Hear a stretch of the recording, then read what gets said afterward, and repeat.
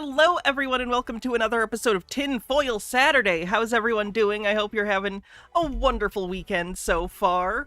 We have tons of conspiracy stuff to take a look at today. We have some Medbed stuff, especially from, what's her name? She's the scammer. She does Medbed scamming. I'm forgetting her name at the moment, but she's quite entertaining. She's going to be channeling an alien, so that's fun. We have, let's see, Cataspinda talking about Nikola Tesla. We have some other medical woo-woo scammers, UFO stuff. We have just the gamut today. So welcome, everyone. Carpcosian, thanks for your 5-stream streak, says, take care of yourself. Weimar America's end is near. Oh, that's foreboding. Thanks for that. If you're on YouTube, do me a favor and like the stream. It would help a lot. Just give it a little thumbs up. Hello, Manuel. How you doing? Polyaz's Cracker, Mini Painting. What's up? Dronder. How do you do? So yes, it is the last day of the month, which also means it's the last day of the ×2 costume month. So any tips we receive via the tip link today will be doubled as of tomorrow. So as of right now, if we got no tips today, tomorrow we would have $606 towards the next costume month. I think we're stacked out for the next, 5 or so months for costume month. But if you want to help get that even higher, use the tip link today. Also have 39 to the sub goal, so if you want to gift subs to help the channel, that also is applicable. So, yeah, all that out of the way. We are playing bingo, so if you'd like to, make sure you get your bingo cards ready. And without further ado, let's just jump into it, I guess, shall we? Oh, Amber, thanks for your 40-stream streak. Says, ahoy, Hannah. We gonna be lurking as we finish D&D prep. Love ya. Oh, thank you. Have fun tonight. Let's see. We'll start with Sky. Why not? Oh, I remembered her name. Sky Prince is what she goes by on the internet. So yes, this is her. She is a medbed scammer. She basically claims to people that she has secret military information about medbeds. Now, if you don't know what medbeds are part of the QAnon mythology, but they've made their way into other conspiracies as well. Some people just believe in medbeds. It's basically a fictional science fiction technology in which it's like a little tanning bed looking thing that you would get in. And it would cure all your potential ailments. Even if you were missing limbs, it would regrow them. It'll de-age you to your prime age, it'll cure your various diseases or whatever. Bacta. Yeah, a Bacta tank is a good sci-fi comparison. Anyway, this is her channeling. Now, we've seen plenty of people do channeling before. I don't know if we have him pulled up today, but there's the guy we've been watching recently that talks like this when he channels. Sky goes a little different with the voice on this one, and that's what tickles me on this. So, yeah, let's get into it. Gothgeek Gaming, says 660, you say, fixes that. I can't see anything. Hey guys, how are you? Trying out this. Try and cancel some noise. All right, so Cancel I'm your try grifting. channeling. Got her. Okay, we've got Link to the bingo cards. Oh, is the thing not working? Hold on. Bingo. Young Smoo. Believe sci-fi technology exists for the medbeds thing, by the way. Okay, he wants to do the channeling, and we'll see how we go.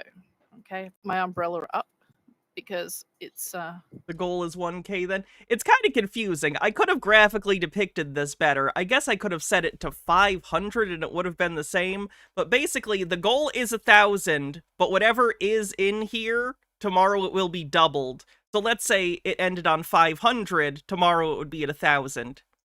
I didn't depict it very well, sorry. drizzling, and it's coming my way. Okay. All right, Smoo, whenever you're ready. Zmoo!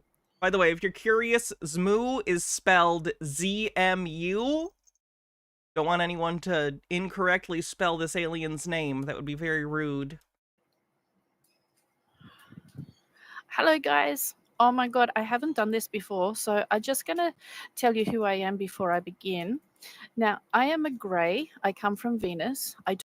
What I appreciate about this channeling is every other person who channels an alien that I've ever seen does some kind of voice. They always do some kind of alien voice. This is the first time I've seen someone do channeling and just be like, hey guys, welcome to my stream. I'm Zoo, the alien. How's it going? Like,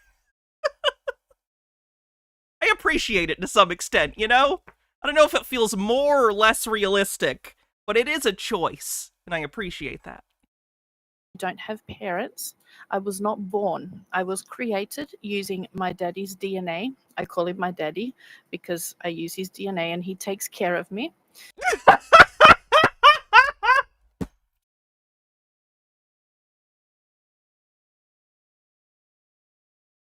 You call him daddy because you use his DNA and he takes care of you. All right. I'll let that one simmer. Gothgeek Gaming, thanks for gifting or tipping $60. Says I made your tip number the best number. Thank you very much for the tip. I appreciate it. And that'll be doubled to 120 tomorrow. And yeah, I 7 foot tall. I about 3,000 Earth years old. But on my planet, I considered still a ASL? child. I about 9-10 years old. Okay, I shouldn't be talking to you then. Can you get an adult alien on the line? Sky, why are you channeling minor aliens? Do their alien, not parent, I guess, does their alien daddy know that you're speaking to them? Because, like, if you were communicating with random 10-year-olds on the internet, that wouldn't be okay. And if this is the equivalent, red flags. Red flags, Sky. Sky is a xenopedophile. And I work with biology. I'm on the biology bus. We do taken ones. You're on the biology bus? Work as a scientist. And wait, are you 10? Are you the equivalent of 10 or are you a scientist? You can't be the equivalent of a human 10-year-old and also be a professional scientist? I come to usually when we're trying to compare these things, at least in science fiction, you compare relative to like age of majority, age of like when you become an adult and participate in your respective society. But you can't be the equivalent of a human 10-year-old. That's not how this works. Earth and I help people. And yeah, Kerry is the only one who channels me. I don't channel through anybody else. Kerry's family has pretty much adopted me, and I think she's grooming this fictional child alien. Skipasoa says, don't worry, that's just an alien cop luring her to an alien Chris Hansen sting. Oh, thank God. Use them as my Earth family and spend lots of time with them. And I give Kerry a lot of her information. I like a messenger for the Venusians. I act between, because I like spending time with Kerry and her family. So I like the messenger. Why would they make a 10-year-old the messenger? And yeah, it's pretty cool here on Venus. I spend a lot of time in the laboratory, at the lab, and I do a lot of... the little kid voice, but the laboratory? I like to spend time at the laboratory. Go fuck yourself, Sky. She's so... I'm mad on two fronts. I'm mad that she's this dumb that this is her version of a scam. But I'm even madder that it works and she successfully scams people using this kind of thing. That's the frustrating part. It'd be one thing to just laugh at her if no one was falling for it, but god damn it, people fall for this. Gothgeek Gaming says, I too have an imagination. Yeah, I doctor. I doctor. Did you just say I doctor? What is this personality? They don't know the word am, but they are a doctor and they're 10? Did you workshop this character at all, or are you just making shit up as you go? I was born with, or I created... Oh, got him. Caught her. With the information... That's not a mistake the alien would make if they don't have birth on their planet. That's a mistake you would make if you're pretending to be a 10-year-old alien scientist and you're bad at it. I didn't... Grifting on the bingo card, obviously, by the way, if I didn't say that. Shilling grifting. Absolutely on the bingo card. learn it. Thinks they talk to aliens regularly on the bingo card. I don't think she necessarily actually believes it, but we'll count it.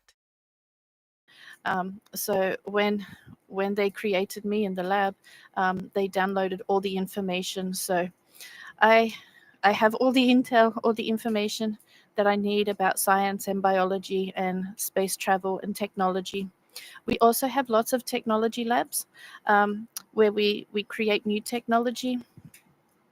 We also do lots of trade deals with humans and other races for technology and biology. Oh, that's about to end with Trump. Hard for the Venusians. They're gonna get 100% tariff on all their Venus stuff. And yeah, we work with your governments in a positive way. Valiant Thor, I think you guys know of him. He is one of us, and yeah, he's like the liaison between Earth and Venus. And also the Russian president Vladimir Putin, he's also Venusian as well, and he is. Well, that explains a lot. Alton Undying says, "Hey Hannah, I saw this. My Dutch friend says hi. Says, wait, your Dutch friend says this is real. Please find 2-kilogram garden gnome made entirely of MDMA. What a weird thing. I assume that was for smuggling purposes. But it's funnier if you just, like, have it around so you can tell your friends, I have a cursed garden gnome. If you lick it, you get real fucked up. And they'll be like, I don't believe you. And then they lick it. And then get real fucked up. One of us, so he replaced the old one, and yeah, that's why he's good, because he one of us. Yeah, and oh, she thinks Vladimir Putin is a good guy. Great. I haven't met Trump in person. I've been in background, but yeah, I'm not up to the time of where I can do like all the politics and stuff. That's not me. My This 10-year-old can do doctorate level science, just not politics. job is biology and science and technology, and I like shopping. I like shopping as well. Lots of shopping. I like toys. We actually take a lot of toys and a lot of children's clothes from Earth.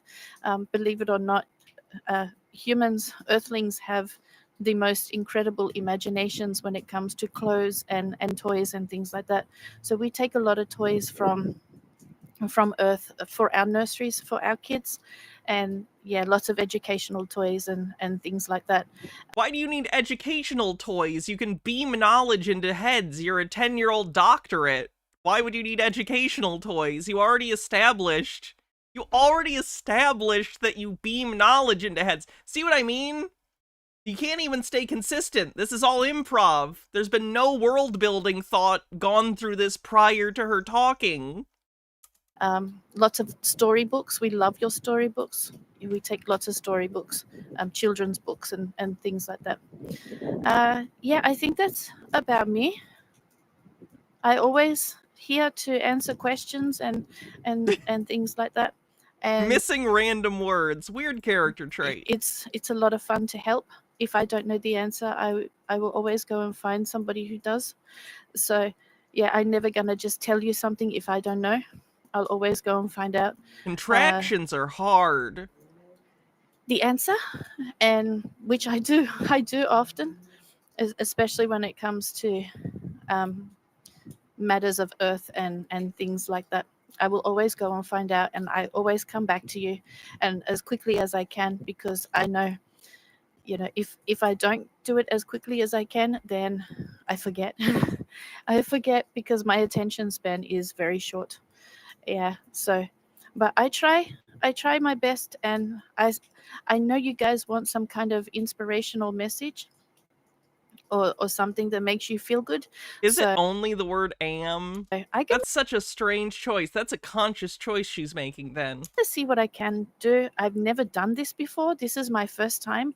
Oh yeah, and I God of the Andes. Okay, I have a name which Carrie's brain cannot pronounce. Did she just say, I'm king of the Andes? Okay, but like you have Amun-Ra, god of Egypt, Seth, god of Egypt, I, god of Andes. Okay, Sure. I work very closely with the Yellow Emperor, who we call Ling. Feels racist. Gothgeek Gaming says, ah yes, Grimm's fairy tales, very popular with aliens that have no frame of reference for things like a forest, probably. Oh. Oh, why did she name the Emperor like a J.K. Rowling character? Green Guy, thanks for a $67 tip, says double money. Indeed, that will be doubled. Oh no, we're almost to 500, which means it will double tomorrow, and that would mean another costume month. I'm fucked. I'm never getting out of these costumes again. Okay, the Chinese will know about the Yellow Emperor. Oh, He also in the lab with me. We do lots of lab work together. Yeah, and Snoopy, he hasn't been on Earth yet, Snoopy. He doesn't want to come to one of Earth. them is named Snoopy? Like the Peanuts character? It's much more fun watching Earth than it is participating. He said, Harpcozy has a link for a Wikipedia page for the Yellow Emperor. The Yellow Emperor, also known as Yellow Theurch by his Chinese name Huangdi, is a mythical Chinese sovereign and a culture hero included amongst the legendary 3 sovereigns and 5 emperors. He's revered as a deity individually or as part of the 5 regions' highest deities in Chinese folk region, regarded as the initiator of Chinese culture. He's traditionally credited with numerous innovations, including the lunar calendar, Taoism, wooden houses, boats, carts, and compass needles. Okay, at least this is an actual, like, cultural thing she's pulling from. That's good. I'm glad it wasn't just racism.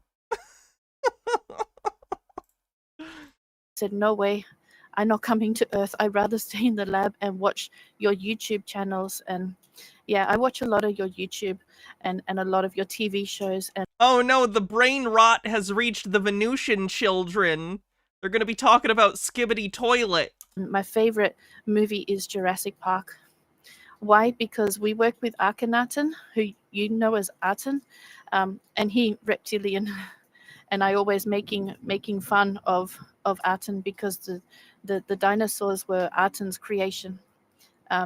Yeah, on Earth. And You got really drunk one day and just thought, wouldn't it be weird if we made lizardy creatures, but like instead of lizardy, they were feathery and they ate people's faces? He was a weird guy. yeah, the council gave him permission to create a race of animals or lower dimensional beings, and yeah, the reason why they were eradicated was because we could no longer come to Earth to gather supplies and things like that. We always too afraid. I find that to be a funny, in her internal mythology, a guy came to their council or whatever and was like, can I create a bunch of...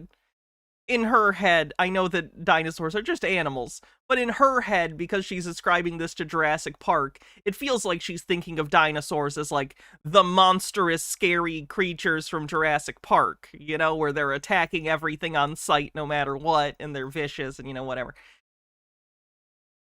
So in her head, the council was told, I want to create a planet of murder reptiles, and they all went, yeah, that sounds good, and then they canceled it after realizing, oh, it's hard to go to the planet where we put all the murder reptiles we had you create. Why? Why would they do any of this? What is this council doing? Afraid of being eaten. I feel like I'm spending too much time on the world building she's developing, and it's not the point at all. It's just, it's bugging me a lot. I know it's about vibes, and it doesn't matter. Eaten and attacked. So the council said, okay, Aten, you got to get rid of them. Get rid of them because this is no good, is not working. What would yeah, be, like, what do you mean it isn't working? What would have been, like, what's the ideal in this scenario where you created a bunch of Jurassic Park murder dinosaurs? Like, what was the goal? Why the dinosaurs were chosen to be eradicated because Earth was no longer a safe space for us to come. Yeah, you put it. But we come now. We come all the time. Many of you would have met me, but you don't remember. That's convenient. Freyline says, we didn't think that the dinosaur eat your face plan would mean the dinosaur would eat our face. I work with the care team and the Taken One team. I help do your education. I help download information into your mind and give you That would be an upload. That would be an upload, Zmoo. lots of Did they not download that one into your brain? knowledge that you're going to need moving forward. That's part of my job. Okay, so I'm going to give you some information. What information can I give you? I'm not sure. Let me think about it. Okay, I got something. Okay, so we're talking about the RV, okay, and the med beds and the projects and everything like that. So what is really important for each of you to remember right now is this is about to happen, okay, about to kick off, as humans say. I learn a lot of my English from humans. Okay, so I would assume. so and Seth, but Seth, teach me naughty words. So I'm gonna try and not use those words, okay? I just use nice words.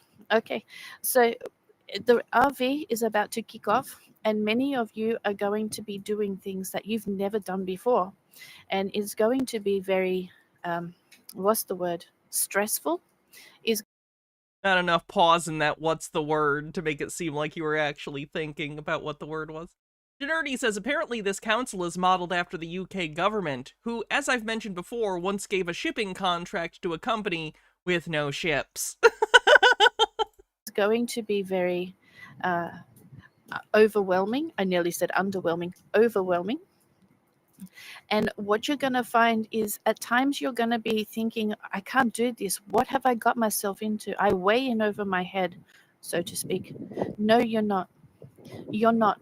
Because if you remember that you would never have been given this opportunity, okay, if you were not ready for it. Does the Yellow King bit count as poor understanding of Eastern religion and philosophy? I'm going to say... I want to say no, because she didn't say enough about it, and, like, I wouldn't say it's a lack of understanding, necessarily, as much as she's just taking a bunch of mythological stuff and claiming it's aliens. So, I would say no. I think it demonstrates her grift more than anything. Okay, if you were not ready. When you have these times of doubt, it is so important for you to remember that God would not have given you this opportunity if you couldn't do it. Oh, I hate that. That's the worst bit of faux advice people give, is like, God wouldn't have given you these challenges if you couldn't do it. What the fuck are you talking about? What about everyone who's ever died a horrifying death in history? What about everyone who's ever died of starvation or exposure? People get more than they can handle all the time. Stop using survivorship bias as the basis for your worldview. Holy shit. Okay, so that's the time to take a break, go away for the weekend, or go see a movie, or go for a hike with friends, or go camping with your family or something. Just take time out to balance yourself and to sit down and think, I can do this. Okay, forget about the projects, just for a weekend or a week or whatever. Okay, go, ladies, go get Europe just couldn't handle the plague. your nails done. Men, go fishing or whatever with the guys. Okay, You know what men do? Men be fishing. but just take some time to sit down, forget about the projects, revitalize yourself. Oh my god, revitalize yourself in something which makes you happy, and forget about what you're actually doing. Okay, and then come back to it with a fresh set of eyes, as you say, because you can do it. You absolutely. I should point out, for anyone just coming in, because I know people come in and out, this is Sky Pierce. She's a grifter that tries to sell desperate people Medbed appointments. Medbeds are a fictional conspiracy sci-fi device that cures all diseases, and right now she is claiming to be channeling a 10-year-old Venusian boy named Zmoo. So she is claiming that she is not herself right now. She is speaking, or rather, Zmu is speaking through her.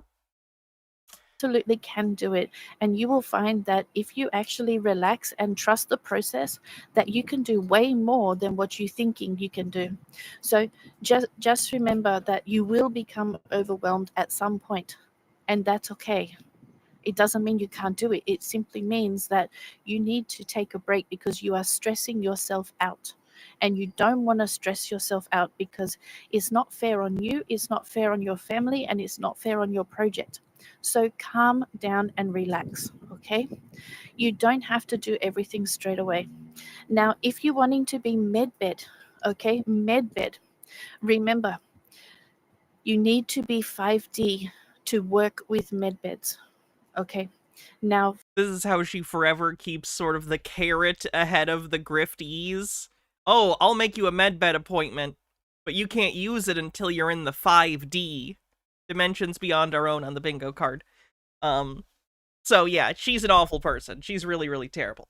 Gothgeek Gaming says, she is an alien just said, my god, who do they worship? So many questions, especially considering they made it clear that humans, gods, and myths are depictions of actual Venusians, sort of like Assassin's Creed with the progenitor race.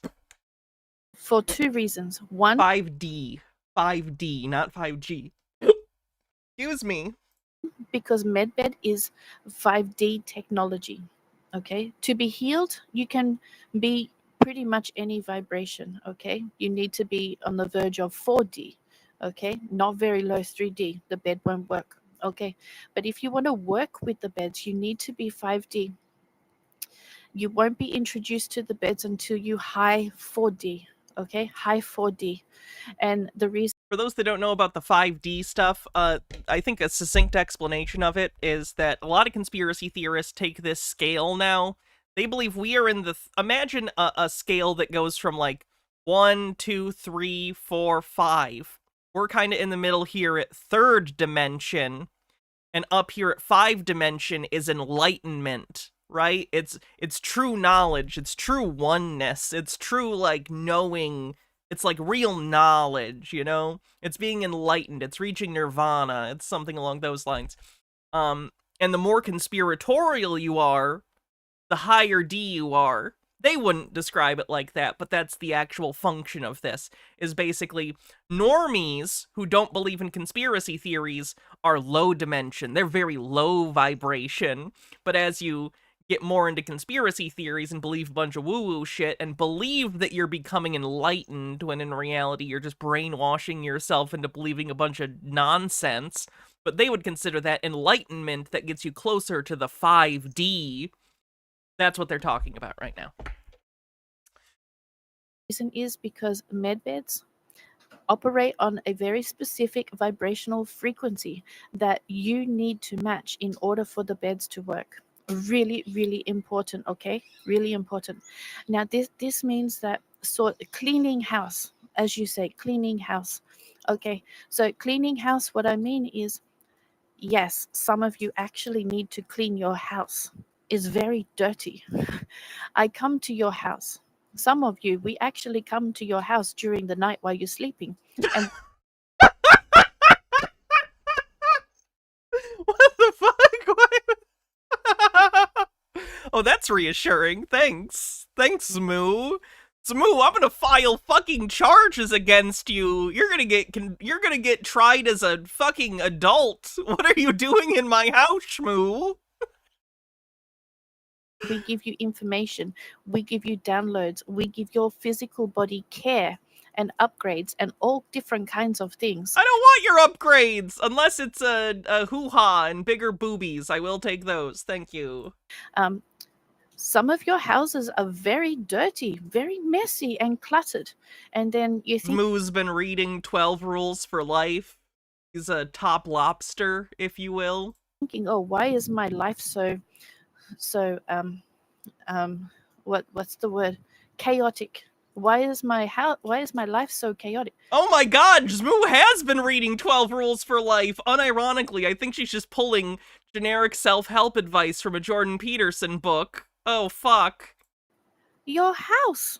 Oh my God, some of you, we can't even get through the door, through the bedroom door. Maybe you're not supposed to, Zmoo.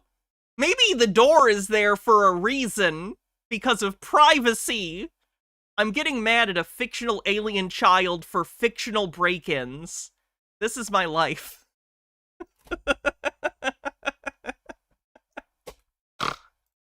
Or the lounge room. We stand there and look around and we go, oh my God, how do you live in such mess?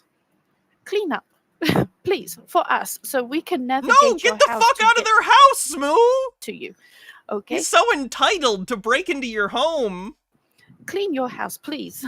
So I don't know how many times You're there, clean it for me. What are you doing? I nearly If you're gonna kidnap me, at least, like, do a load of dishes. over. I think I broke my toe many times, banging my toe on boxes and Good. kids' toys. And oh my God, thank God I can see in the middle of the night. I can see in the dark. Terrible. Clean your house. Okay. Oh my God. But yes, what I mean by clean house is you clean yourself energetically. Okay. So you need to address your beliefs that you have, that some of you have, of your lack of confidence, lack of self-belief. Okay, you need to get rid of the lack of self-belief. If you can If only I had the confidence to grift people on the internet by pretending to be an alien child. Green guy with a $5 tip says, Hannah, I do not think aliens would come to Earth for minerals because minerals are everywhere in space. I think the life on Earth is its greatest resource, and I think aliens watch shows from Earth and are like, this shit is lit. That's actually the premise of a Futurama episode where aliens come to Earth to invade it because a show got canceled and they want it to come back on the air, so they invade and take over the planet to make them make more episodes. put so much thought into believing you can't do it, Single female lawyer. you can turn that around and put so much belief into you can do it. That's the number one thing you need to do. Okay, self-belief. The second thing you need to do is have confidence. Have confidence. Many of you push yourselves down in case you fail. Just imagine what would happen if you succeeded. If you had that same energy of putting yourself down as to lifting yourself up, oh my God, you would be succeeding beyond your wildest dreams. Take it. Don't be so afraid to succeed. Okay? You're so afraid to fail that you hold yourself back from succeeding. Imagine if you actually succeeded. Oh wow. The possibilities. Okay, so stand tall and proud. She's a bad motivational speaker. She's no Dawn Beverage. Fenikagami, thanks for 35 months, says early Hannah stream, let's go. Okay, you're not in your ego, you're in your confidence. You believe in yourself. So start doing that. Okay, now many of you want to communicate with us. You already are. You already are communicating with us. Stop telling yourself, I have a blockage. I can't communicate. Yes, you can. You hear our messages. Sometimes because you've got so much noise going on in your mind, it makes it hard to hear what we're telling you. It makes it hard for you to decipher the message. That's just the ADHD. Moa Emery's of Caldera says, he sees when you are sleeping, he knows when you're awake, he's got a giant bioprobe, so be good for goodness sake. Hey! Okay, calm your mind down. Okay, and you will hear us. We're talking to you all time. All time we're talking to you. Okay, really important to know we are communicating with you all time. When you Wait, is my ADHD this kid calling me constantly on my brain phone? when you ask us Thinks about Blu-rays a lot. for guidance, Oh, we fuck. answer Hannah mentions Blu-rays on the bingo card. you. May not be the way you want to, but we answer you. Really important. Okay, are you getting wet? Okay, so one other thing you need to do. Okay, you need to start being a little bit selfish. Okay, because so many of you are spreading yourself around so much that what happens is your energy is being pulled in every direction. Okay, you need to bring your energy back to you more and be a little bit more selfish. Okay, because when you're more selfish, you're more in balance and alignment, because your energy is not just being thrown around everywhere. Okay, so self control. Okay, so be a little bit selfish with your energy, bring it back to you, and then when you balanced and in alignment, then purposefully, on purpose, start giving your energy to others. Okay, but you cannot do it while you're not in control. When you do it when you're not in control, what you're doing is you are making your life chaotic, spreading your energy around, and that makes your mind go in circles and your life chaos. Okay, come back into balance. Okay, back into balance, and then you can spread your energy around, because then, only then, can you actually help people. But you can't help people when you're not in balance. Okay, because then you're just making them not in balance either, and then the cycle continues. Okay, really important. Be like fish in a pond. Okay, just go with the flow. Okay, just go wherever you are drawn to. Really important. Okay, I think, I'm not sure if I have anything else. I think I finished. I think they're the main important things that you need to know at this time. Oh yeah, one more thing. The RV is on the way. It's time to start thinking about packing your bags. Okay. I don't know what the RV is in this context. Welpy, thanks for 6 months, says, is Blu-ray a great medium or the greatest medium? 4K is wonderful. Blu-ray is got a ton of stuff, though, and you can get them relatively cheaply now. So yes. Okay. For those of you who want to move, and it's time to really, really, what's the saying humans say?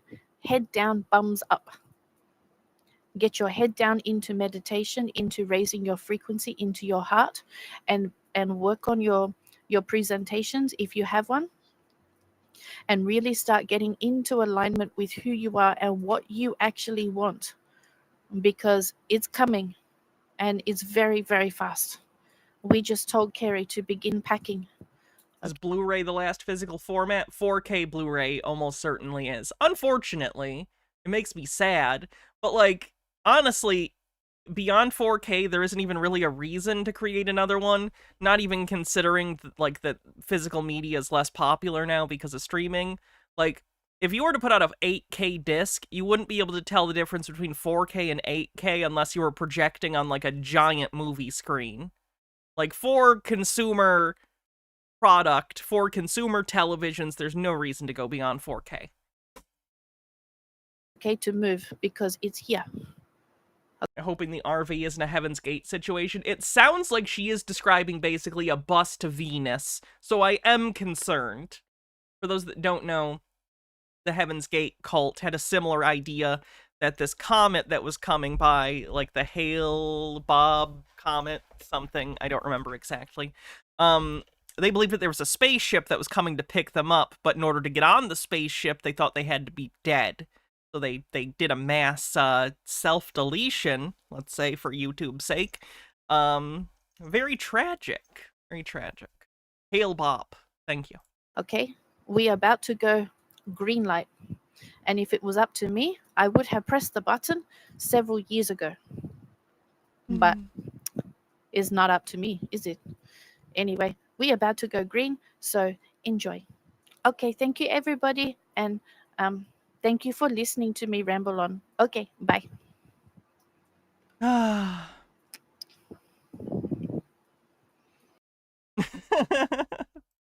Awkward pause.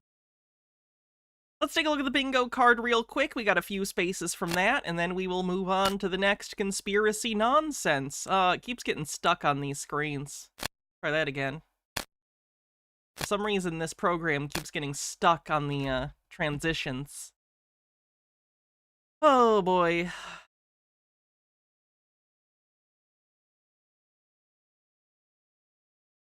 Believes they speak to aliens regularly. Vibes-based conspiracy. believes sci-fi tech actually exists, dimensions beyond our own, shilling, scamming. And it mentions Blu-rays.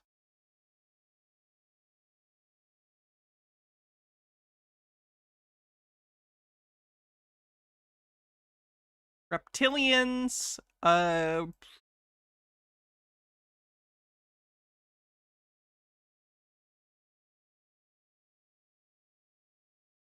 aliens did it.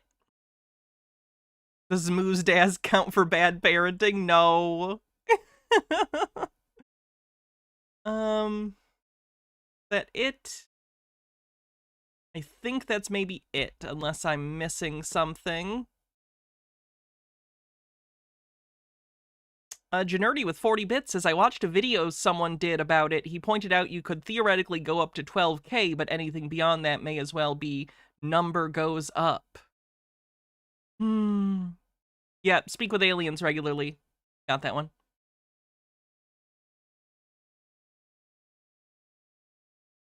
Okay. Moving on.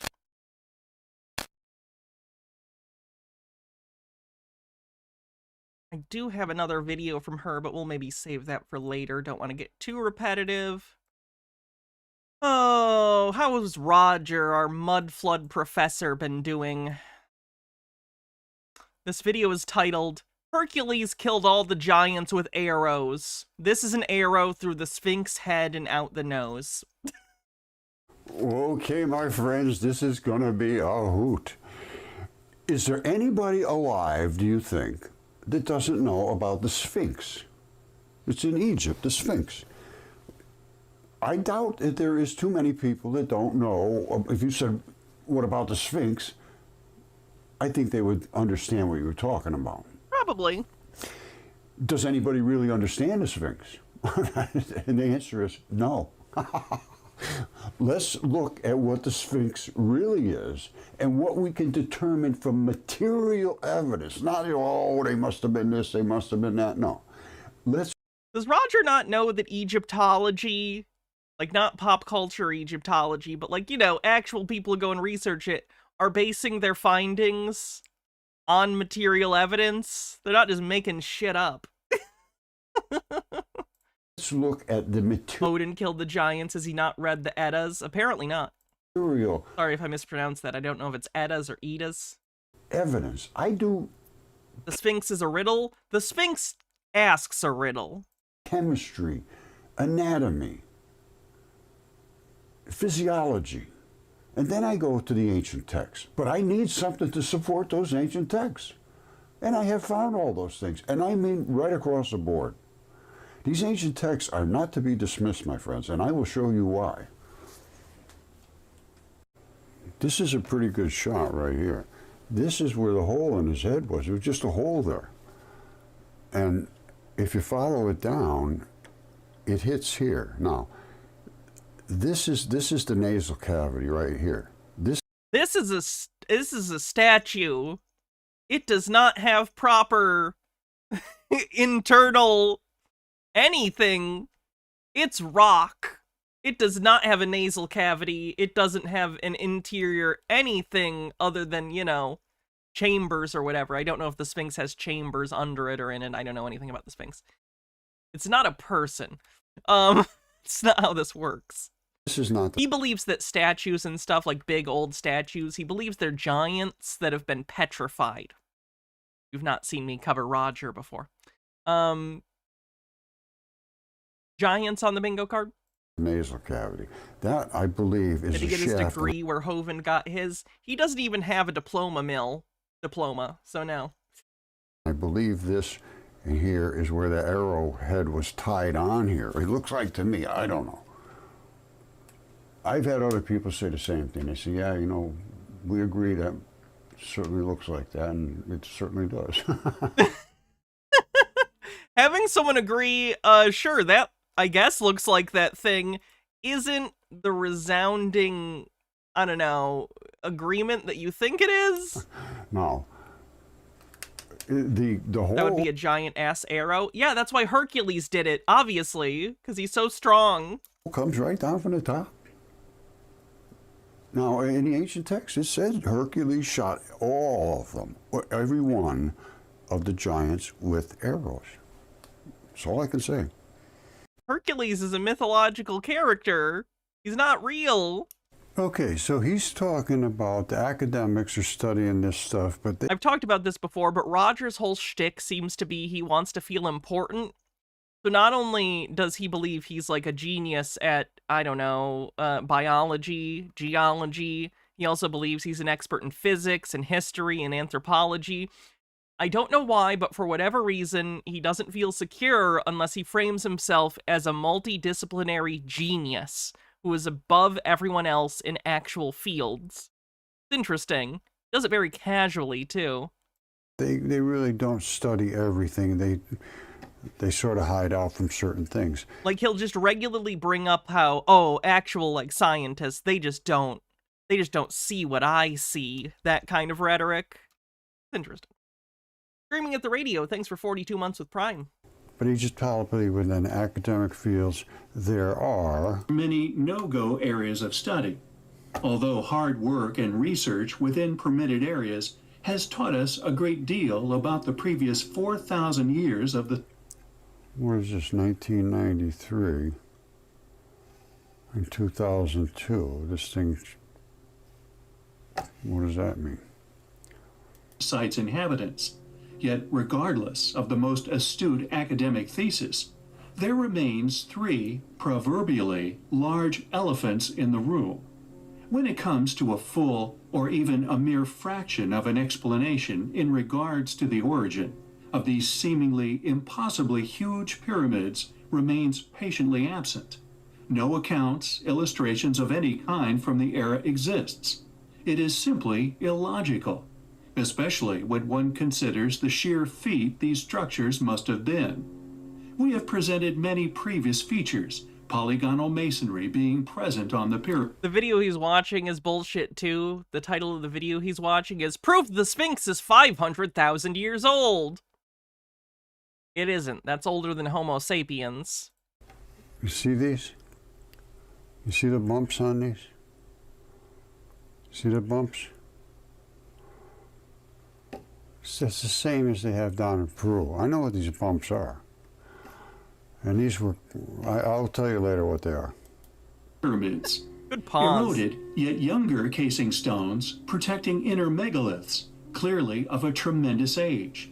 Salt sediment found encrusting the lower chambers, and so on, suggesting not only that the pyramids are much older than currently claimed, but were pre-flood ruins. No, I absolutely 100% I agree with them. They were pre-flood, yes. And that's why they were pretty easily constructed.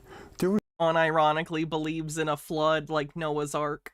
Odd Tall Man with a $5 super chat says super chat to say happy birthday to your husband. Oh, happy birthday to your husband. there's giants here on Earth, and nobody can possibly believe how big they were.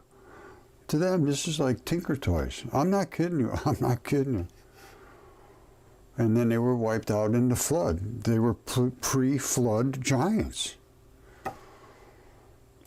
Oh, racist disbelief of historical achievement on the bingo card for this. This is like the classic example. Pop cultural, like alien Egyptology. That's the example of that. Thus, questions arise. Just how old are the Great Pyramids? In addition to our study of the pyramids, we have also, in the past, asserted that the Sphinx was originally a lion, which interestingly correlates to the following hypothesis with fascinating accuracy. What? The Orion theory.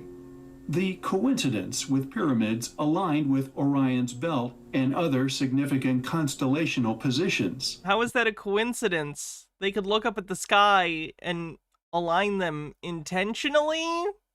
Like, astrology, or rather astronomy, sorry, astrology though too, I guess, back in the day were like fields that people studied. Like, they would use the stars to, like, as a calendar and stuff.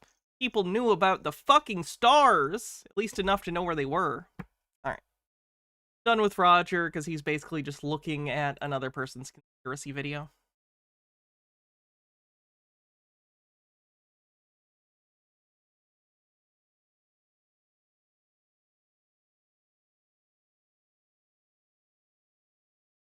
This is an interesting one. This is just very paranoid to the point of, like, wow, this is paranoid. So I thought I'd show this. Nerdy says, I'm reminded, for reasons, of my two favorite historical facts ever. Cleopatra was born closer to us than the construction of the pyramids, and Oxford University is older than the Aztecs. Yes, yes. Anne Frank and Martin Luther King Jr. were born the same year. So was Barbara Walters, I believe. What if I told you self-checkout machines aren't just about the convenience of a speedier checkout? They're actually behavioral data collection hubs. Every time you use one, it's not just scanning your groceries, it's scanning you. The sensors built into these machines are tracking your hand movements, the speed of your actions, even the micro expressions on your face. I promise you they're not. They're there to make sure you don't shoplift. That's it. They're just trying to make sure you scan everything. I promise you Walmart doesn't care about your fucking micro expressions. When something goes wrong, they're collecting all that info and building a profile. Kathy, don't go to the supermarket today. Don't go. Harry, don't go. But why? Why would someone need to do any of that? Hey, Korax, by the way. It's a general paranoia. Conspiracy theorists have an overabundance of paranoia, so everything that's happening must be happening for a sinister purpose, if you're conspiratorial enough. Usually people are conspiratorial about some subgroup of things, but there's other things they don't. But for the hyper-conspiratorial, like, everything is part of an intricate plot, and everything is connected, including innocuous, mundane things like going to the self-checkout and, you know, getting your groceries or whatever. On how you behave under stress, how impatient you are, how you react to small inconveniences. This data, it's being fed into a massive AI system designed to uses AI on the bingo card for the crappy images, by the way, and probably the voice. Influence your future shopping habits. Ever notice how the machine always seems to glitch just when you're in a hurry? That's not an accident. It's a test to see how you handle frustration so they can optimize ads and product placements based on your stress responses. That doesn't make any sense. What do you mean? Don't say I didn't warn you, buddy. I suggest you stick to curbside. They have an intense psychological program to trick us all into stealing our information. It can be thwarted by just doing curbside grocery delivery. Makes sense. Makes a lot of sense. I found through that video, this is the TikTok that came from, and it seems like it's full of conspiracy nonsense, so let's try some of these. What if I told you people born in cities are genetically engineered to be superior to those born in rural areas? What? Urban areas are like accelerated breeding grounds, creating individuals with stronger genetics and heightened neurological functionality. People born in cities are subjected to a constant bombardment of fast-paced stimuli, from crowded streets to endless social interactions. And this environmental pressure is believed to speed up evolution. What? That's not how evolution works! Altered Undying says, hey Hannah, if I bought you Drown God, would you play it? What is this? 1996. Science fiction adventure game developed by Epic Multimedia. Maybe? Like, I don't have a disk drive, so it's an old disk I can't. If it's on Steam or something, I could try it. What's that video?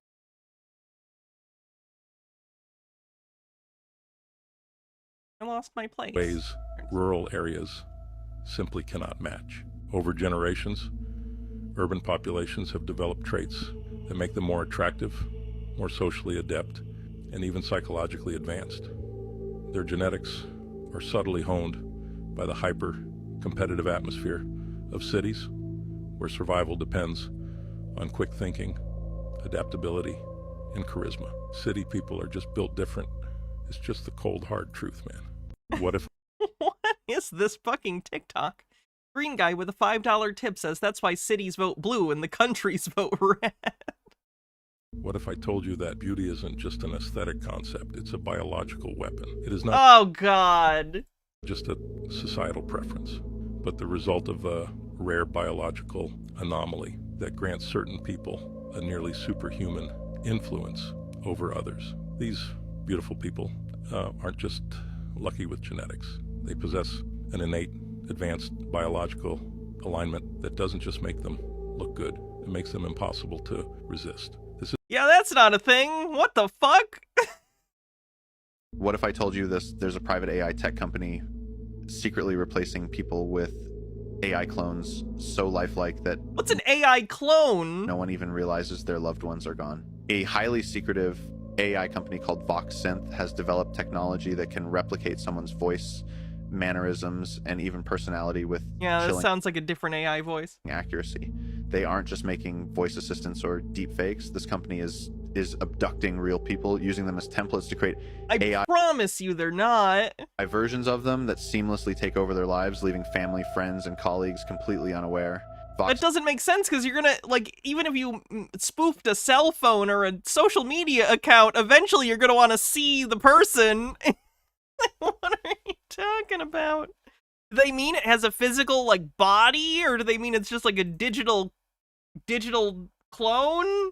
Synth targets individuals who live alone, who have minimal social connections, or travel often, people whose disappearance could be quietly covered up.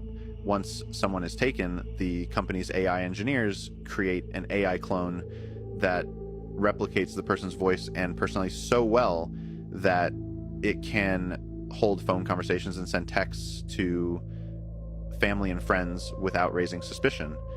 The AI persona tells everyone that they're simply relocating for a new job or traveling somewhere remote, and ensuring no one questions their absence. Look, I'm going to go ahead and say this is just a joke for entertainment only.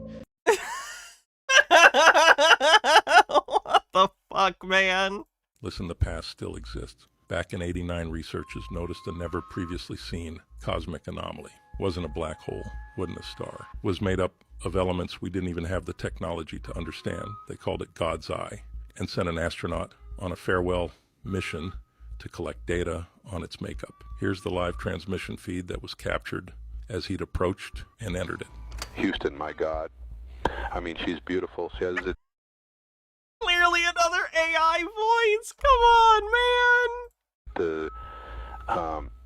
Just an enormous amalgamation of dark matter with multicolored particle matter emanating out of it. You can visually be like, that's dark matter. I can see it. Look, it's dark matter. The scariest part is the things he'd said once he'd gotten inside of it. Houston, I'm inside the eye. I don't know how to quite explain this without you thinking I'm crazy.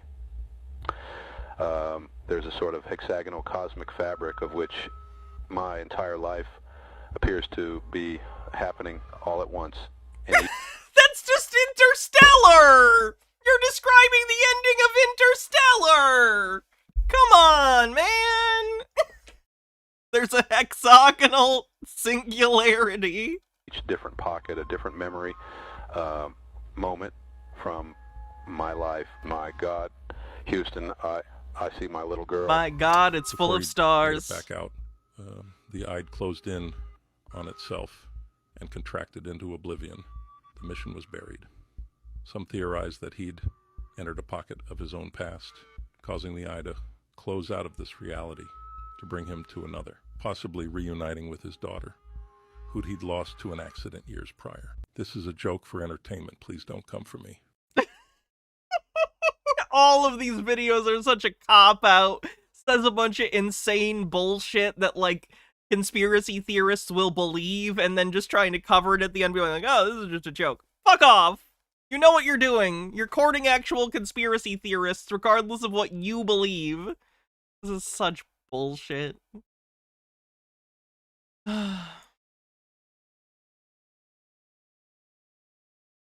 I am really enjoying watching these medical grifters lately. I don't know why.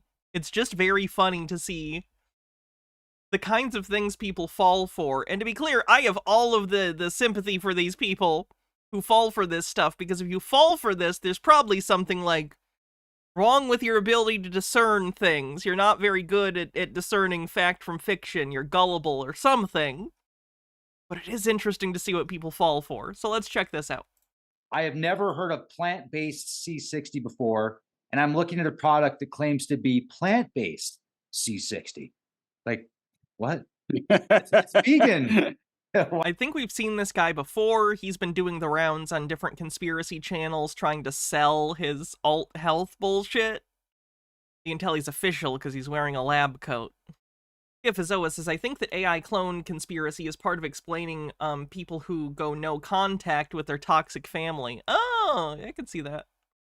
Wow. Rex, Neat. you know, let me describe a little bit more. No, seriously though, this is a psychological phenomena. People tend to trust people who are symbolically in positions of authority. For instance, wearing a lab coat lends credibility mentally. Like, people perceive you as having more credibility than if you weren't wearing a lab coat and talking about some sort of science-y thing. Human brains are dumb. We're easily influenced by, like, symbols, right? We're influenced by things that are social cues that we don't even realize we're doing. So you have a tendency to trust people who look official, and that's why he presents himself as such, to make him seem that he has an air of knowledge, an air of expertise. He's a scientist, clearly. Because that question just is like, it's like You're gonna love that at horrible, lunch. it's like a horrible PTSD flashback. So Sorry. remember when, no, but remember, study comes out in 2012, rats live 90% longer. At our lab, we started getting phone calls in 2013 of people saying, hey, how much of this should I be taking? And we're conservative nanomaterial scientists, and we have our conservative nanomaterial scientist hat on. And the way we heard that question is like, hey, Chris, how much of this material that out to research institutions around the world for ink, batteries, tires, and photocells, how much of that stuff should I be consuming? And we were like, 0. We actually added not for human consumption to our labeling because we're conservative nanomaterial scientists, and ink, battery, tires, and photocells doesn't seem to jibe well with a health product. Let me be clear, the research, the publications, the literature showed it to be safe. We were just being ultra conservative. So in middle of 2013, we add not for human consumption to our labeling. Every quarter, we're getting about 2-3 calls a week, right? It definitely feels like a not for human consumption wink. Like the people who sell raw milk, but they get away with it by saying, oh, it's for dogs and cats. But it's not. It's for people. It's for silly, silly people who don't understand the concern of foodborne illness in their raw-ass milk. These calls are really amazing calls because we don't have any branding on it. There's no placebo effect. And what do you mean there's no you can't claim there's no placebo effect? Even something that actually works could theoretically have a placebo effect. Like, let's say you thought you took, like, you could take an aspirin, and aspirin works, but, like, you could also have a placebo effect on top of it. That's not how this works. You literally cannot guarantee there won't be a placebo effect. The best you can do is guarantee there is an actual effect. people would call and they would say, hey, I got to share with you, my knee pain is gone. And we would say, you mean the knee pain of your rat, right? Because it literally says not for human consumption on the label. And they're like, oh, yeah. If my rat were 275 pounds, how much should my rat be taking on a daily basis, right? And we're like, okay, we know what's going on. Every quarter, my business partner, Robert, and I are getting together and saying, what are we going to do with this, right? We're getting these 2 to 3 calls. Do we want to get into the supplement industry? And our answer quarter after quarter was no, until about 2017. But during that period of time, I found a peer-reviewed published research paper that showed 50% of the supplements that they had purchased on the market did not have in them what they said they had. And that's exactly why Robert and I didn't want to get into this industry, into the supplement industry in general, right? This is why I'm getting this PTSD flashback from your question. 1 second, I gotta return a text message. I apologize. Sincerely, it's just important.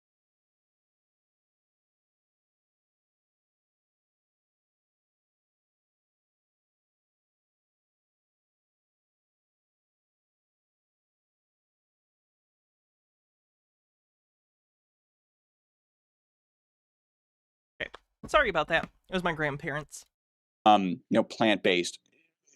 Makes me want to vomit in my mouth a little bit. So cheers, everybody. Thank you very much for being here with us. Look who it is. We've got Patty Greer and Chris Burrs, chief scientist over at C60 Evo, the evolution of C60. I just put a shot in my coffee here. I know that's what Patty does like every day. I think Chris has a beaker for his, but you also do smoothie shots with the C60 Evo. And folks, I just wanted to say we've got some very targeted questions we're going to get into, but before we do, we're going to take a nice shot, and cheers, everybody. Doing it Oh, on a Good health over the holidays. Cheers, everybody. Colorado, Rocky Mountains. how much did he put in this goddamn mug? Cheers. You know, So you watch, we're gonna all talk faster now. and now we have the Agreed. CC Evo. Also, I did want to recommend folks that they have a great skin products over at C60 Evo, as well as hair products. So I've been using this for my hair, and it's working. So I'm still not quite to Chris's hairline yet, but it's a work in progress. Chris, man, great to see you. So You can't imagine choosing those frames every day to wear. I'm wondering, are they supposed to be like special glasses that are prescription but are also PPE? Like are they prescription glasses that are also supposed to be like lab safety goggles? Because he's wearing like the lab coat. So I'm wondering if he's also trying to look official with sort of the PPE. Could be wrong. That was just my assumption. if it's okay with you guys, what I'd like, Because it looks like it might be harder to see for you, but it looks like to me that there are sort of internal guards right here, which would be something that you would have for PPE. That's what they are? Okay, I thought so. to do is So he may have normal glasses as well. These might just be lab glasses. Or at least glasses to make it look like he does lab work. Which I'm not saying he doesn't. You can be a grifter and also do chemistry stuff. I don't know. I've had a lot of questions sent into me. And also I've got some targeted questions because not everybody knows what C60 is. Some people think they do and they have no idea. I also want to talk about the evolution of C60. And I want to get into some of the features and benefits and some of the actual studies that have been done that clarify what we're talking about here. So Awesome. Cool. Okay. Yeah. All right. Well, buckle up, Buttercup. Let's go. So the first question that I'd like to ask is, what exactly is C60 and why is it called a miracle molecule? Well, so Rex, always great to be here. We're going into the Thanksgiving is later this week. Excited about the holidays. A lot of people, when they're going into the holidays, are thinking about how do I avoid the sniffles and colds and flus or whatever. We're going to be talking about just that kind of thing today. So make sure you stay tuned. What we are talking about is I'm holding up a model of a molecule.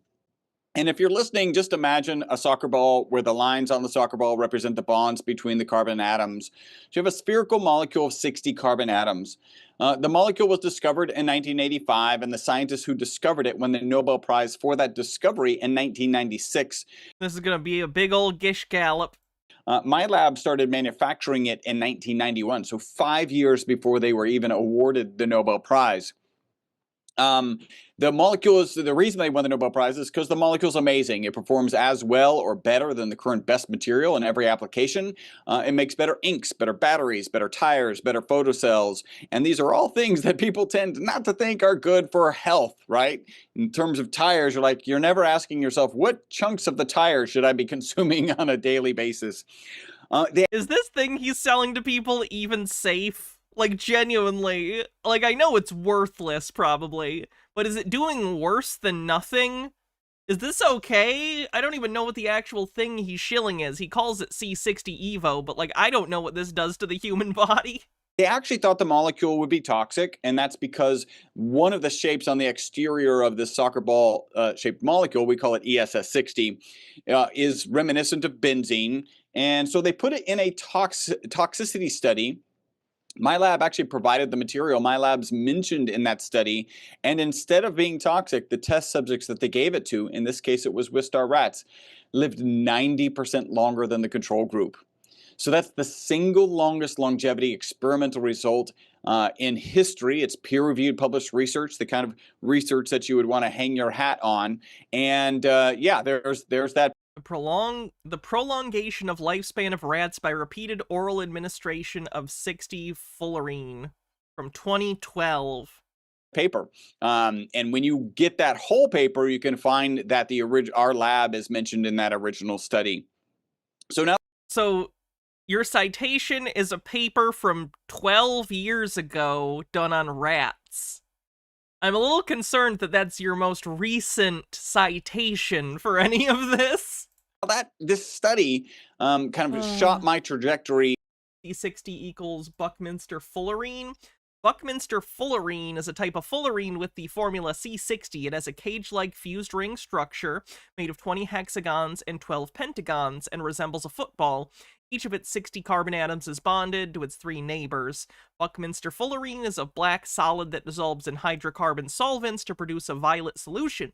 The substance was discovered in 1985 and has received intense study, although few real-world applications have been found. Molecules of Buckminster fullerene, or of fullerene in general, are commonly named buckyballs. Is there a thing for uses, maybe?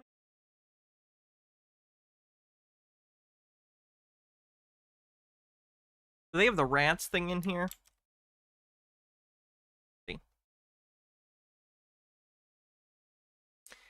An experiment in 2011-2012 administered a solution of C60 in olive oil to rats, achieving a major prolongation of the lifespan. Since then, many oils with C60 have been sold as antioxidant products, but it does not avoid the problem of their sensitivity to light that can turn them toxic.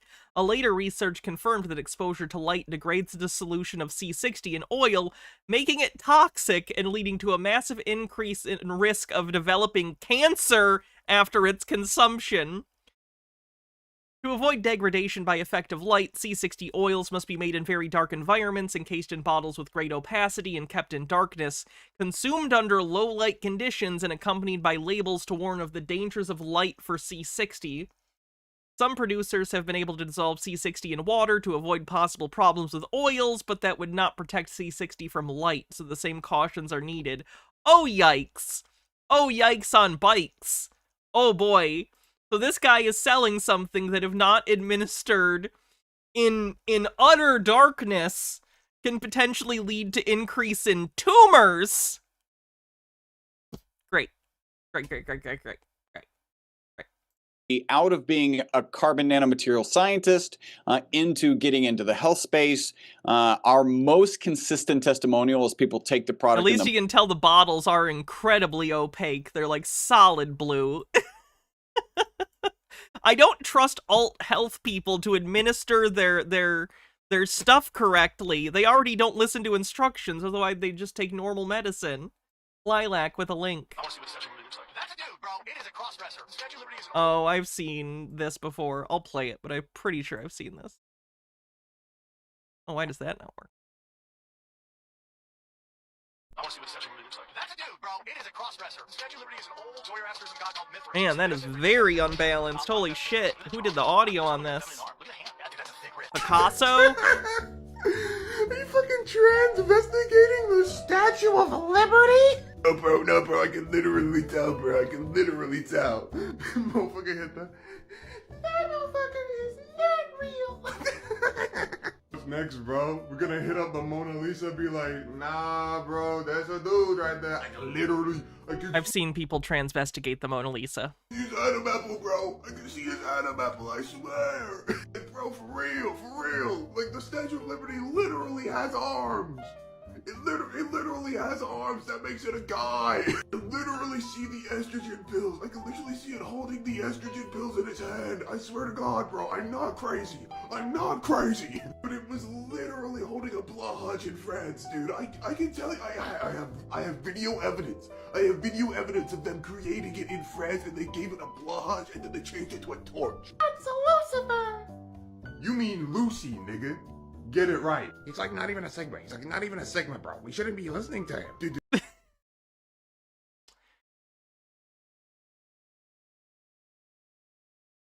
There he is.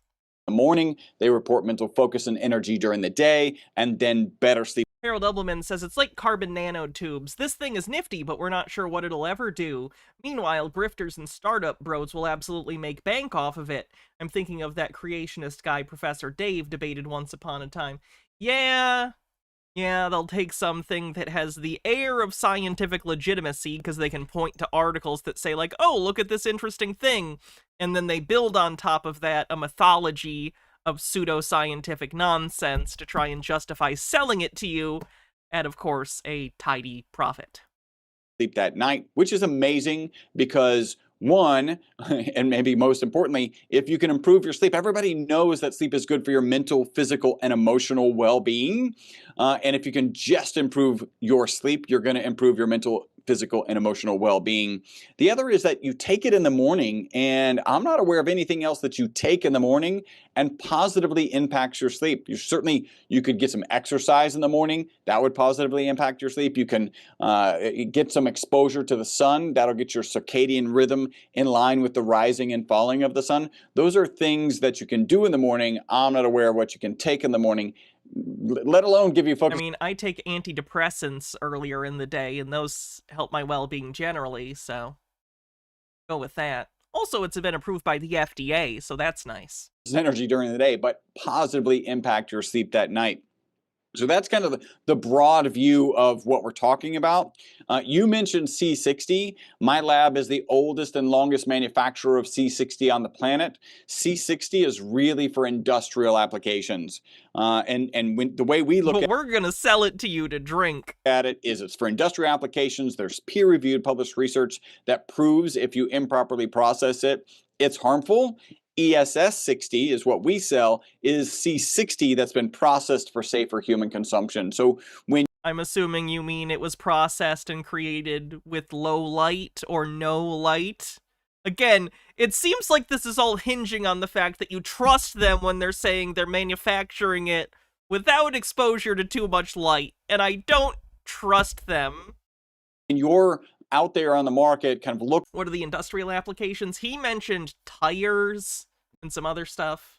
Looking for something that's going to be made from the original lab, that was going to be the actual product used in the original study, then you want to look for ESS 60.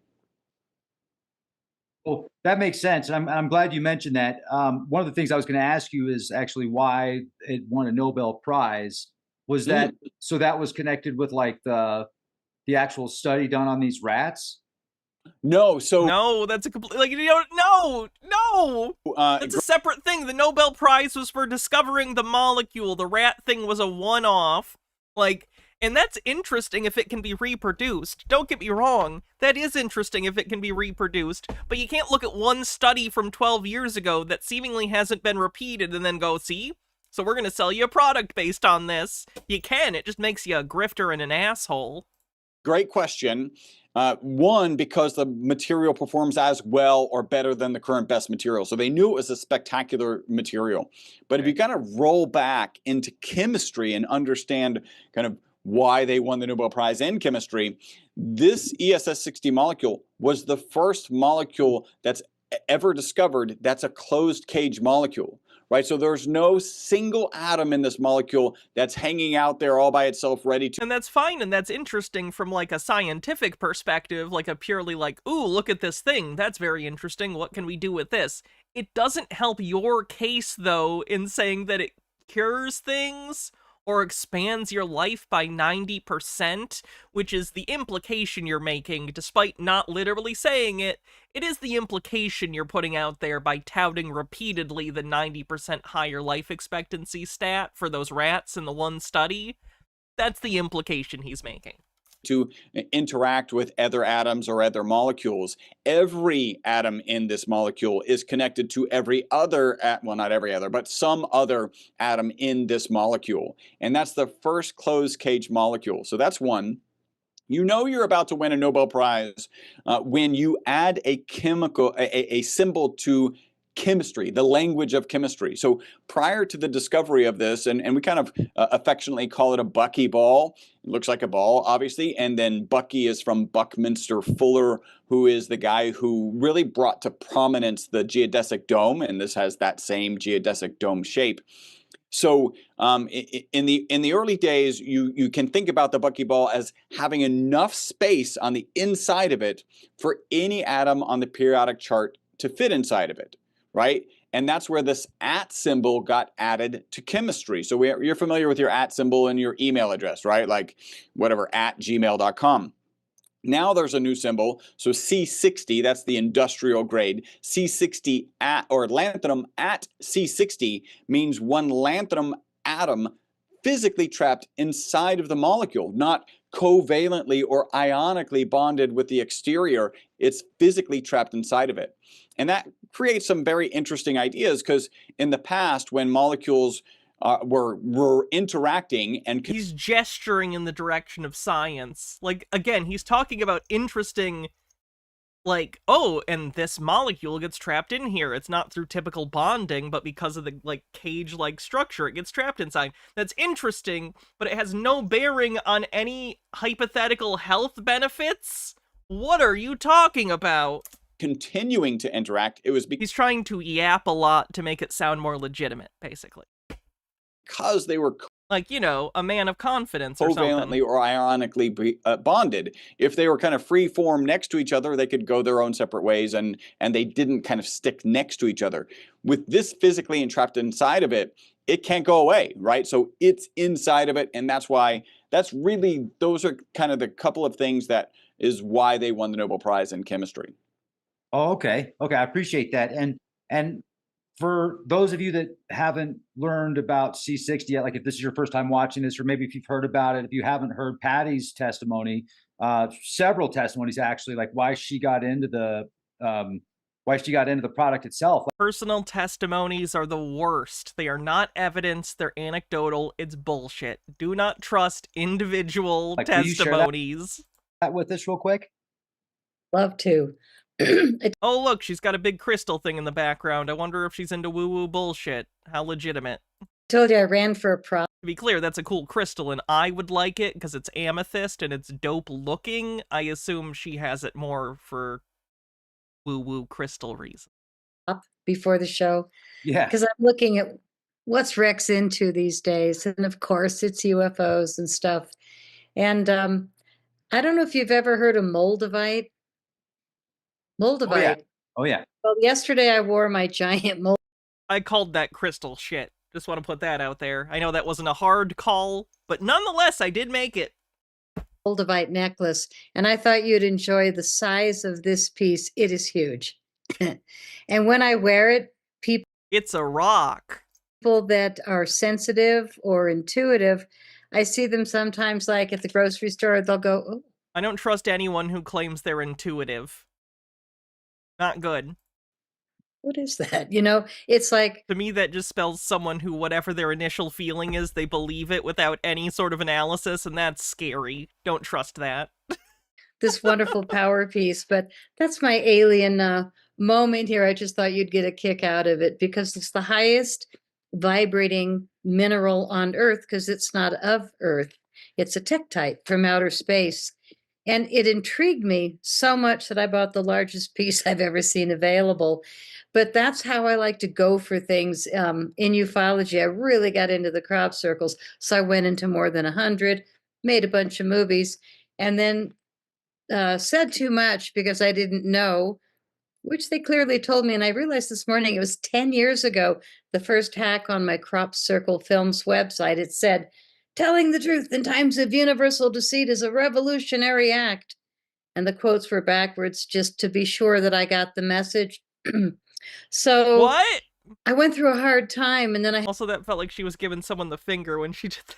had 2 attempts on my life and barely made it. But somebody gave me a sample of C60 Evo, this wackadoodle hippie guy. And then this sponge. Who does she consider a wackadoo hippie type? I just want to put that out there.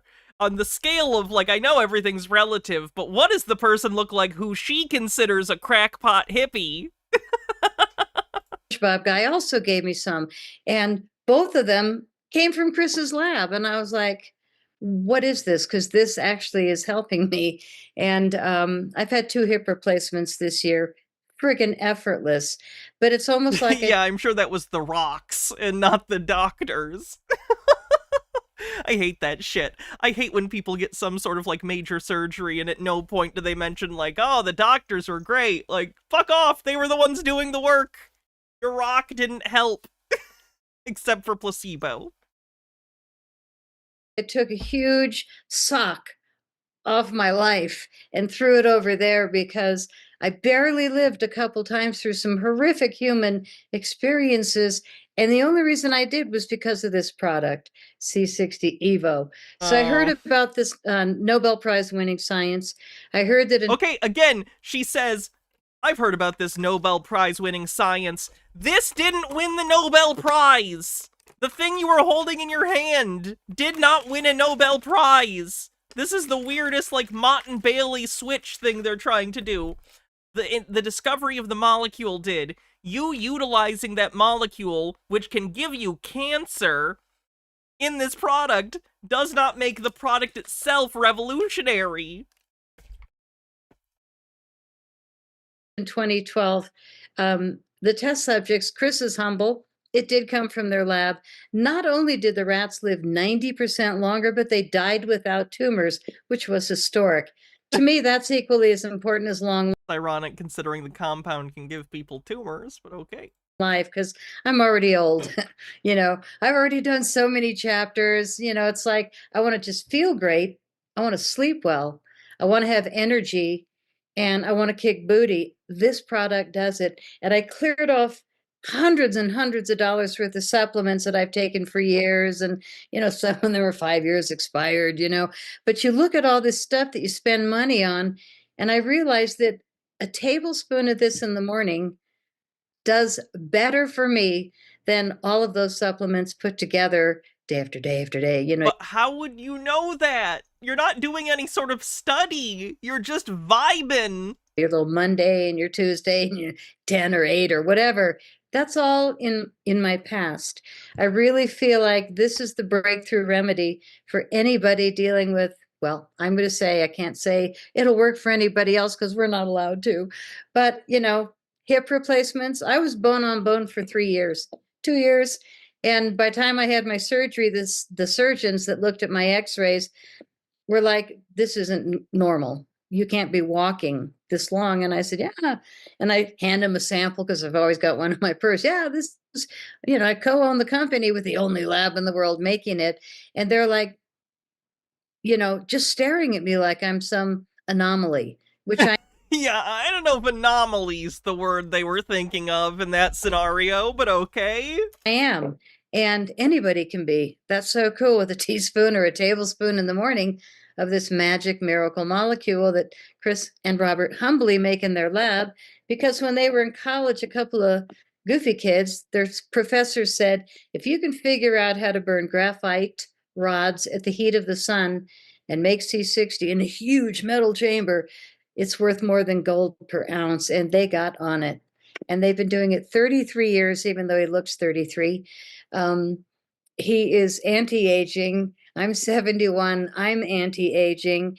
And yesterday we were comparing notes on who's got the fastest car. I mean, it's kind of funny how we're going back into our racing days, our teenage days, our exciting feelings, because when you feel good, when you sleep well, and I speak just generic human, he speaks science, you understand science, but your audience might be more like me. I get headaches constantly, not me, but wrist flex. She was like, I had so many migraines when I met you. I haven't had any. Again, that's just her. Probably won't happen for anybody else because we're not allowed to say it. But you know what I'm not saying? It's absolutely amazing. You know what I'm not saying. Should this not be illegal? And they're literally being like, they're doing the in Minecraft thing, but for what they're claiming is a miracle cure. Rats living 90% longer and dying without tumors. That says a lot. We never can claim that we cure anything. We call it preventative. Such as you're a major bike rider and you take monster bike rides, tens of miles, 50, I don't know. I mean, you go far and you go hard. And the next day, if you take your Evo, you don't hurt. But if you don't take your Evo, you might kind of feel we just hear this again, not me because I don't ride 50 miles at a time or run like Chris and his wife with this marathons. I mean, a lot of people are into heavy sports. For me, I'm just so glad to be walking again. And Ugh, okay, I gotta stop this video. It's just making me sad that they're successfully probably grifting a bunch of people. That sucks. Oh, let's take a look at the bingo card real quick.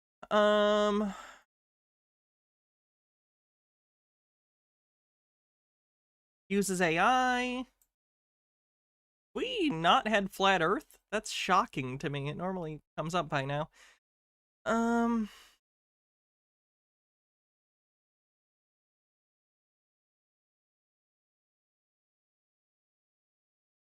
Correlation isn't causation.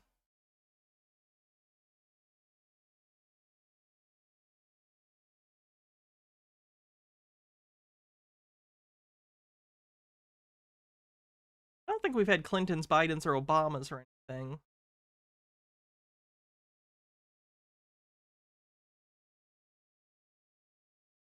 We did have clones. Clones again. Clones.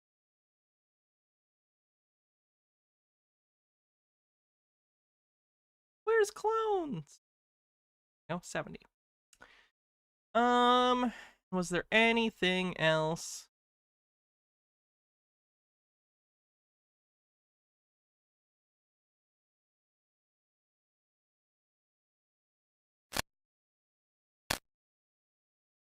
Alright, let's see what we're gonna do next.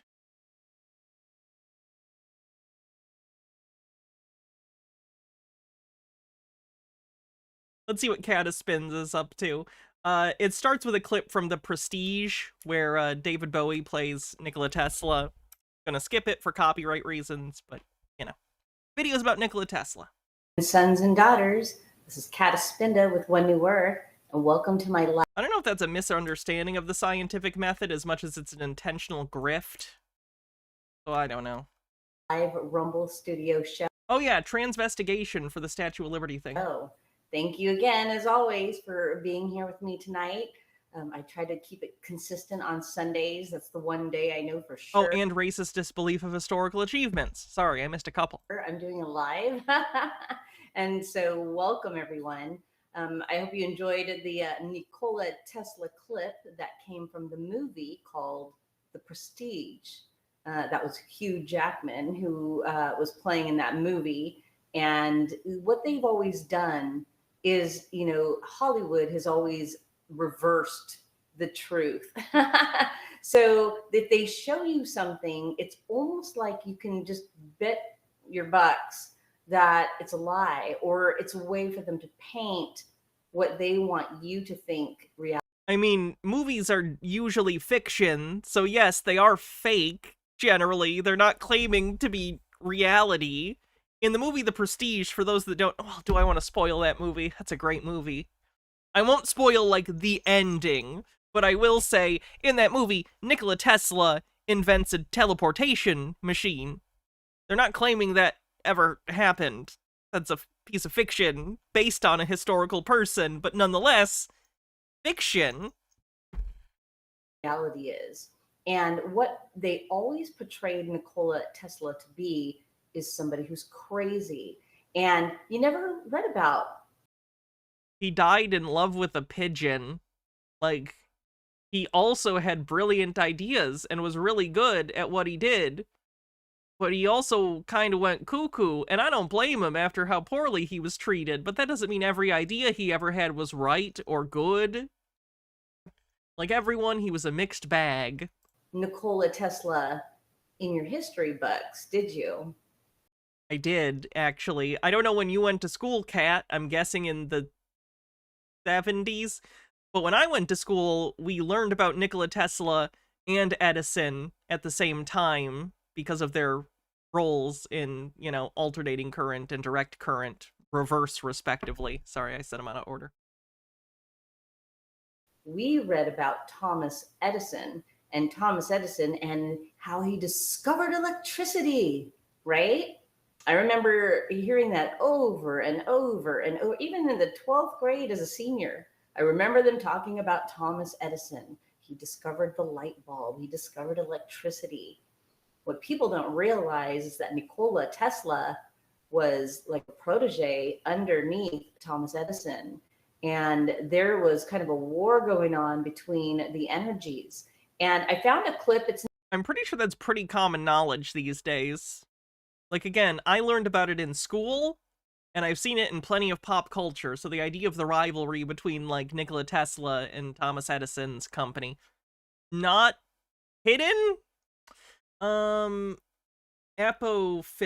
thanks for following. It's not 100% accurate, but I kind of want to, and I'll explain the part that's not, because what Nikola Tesla really wanted to do for our world is he wanted to provide free energy. He did. He wanted that, and that's unfortunately not technologically feasible, certainly not by the technology of his time.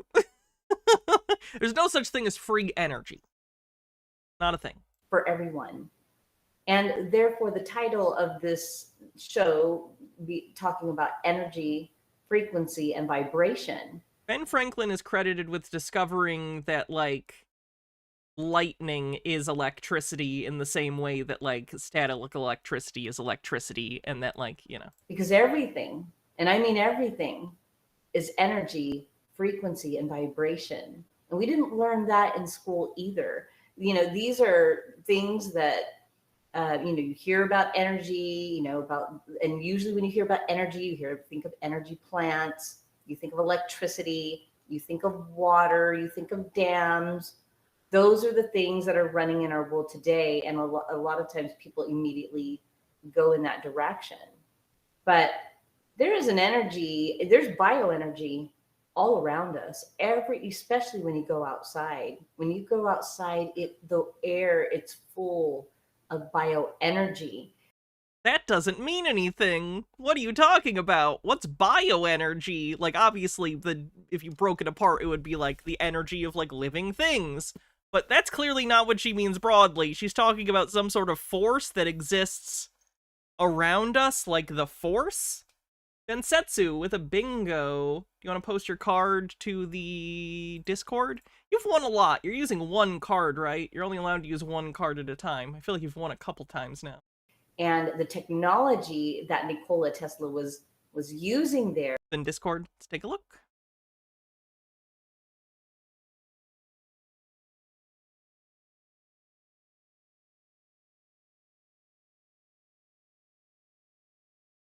Oh, wrong link.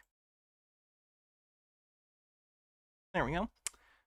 Free space, shilling, believe sci-fi tech exists, transphobia, and vibes-based conspiracy. Did we have vibes-based conspiracy? Double check.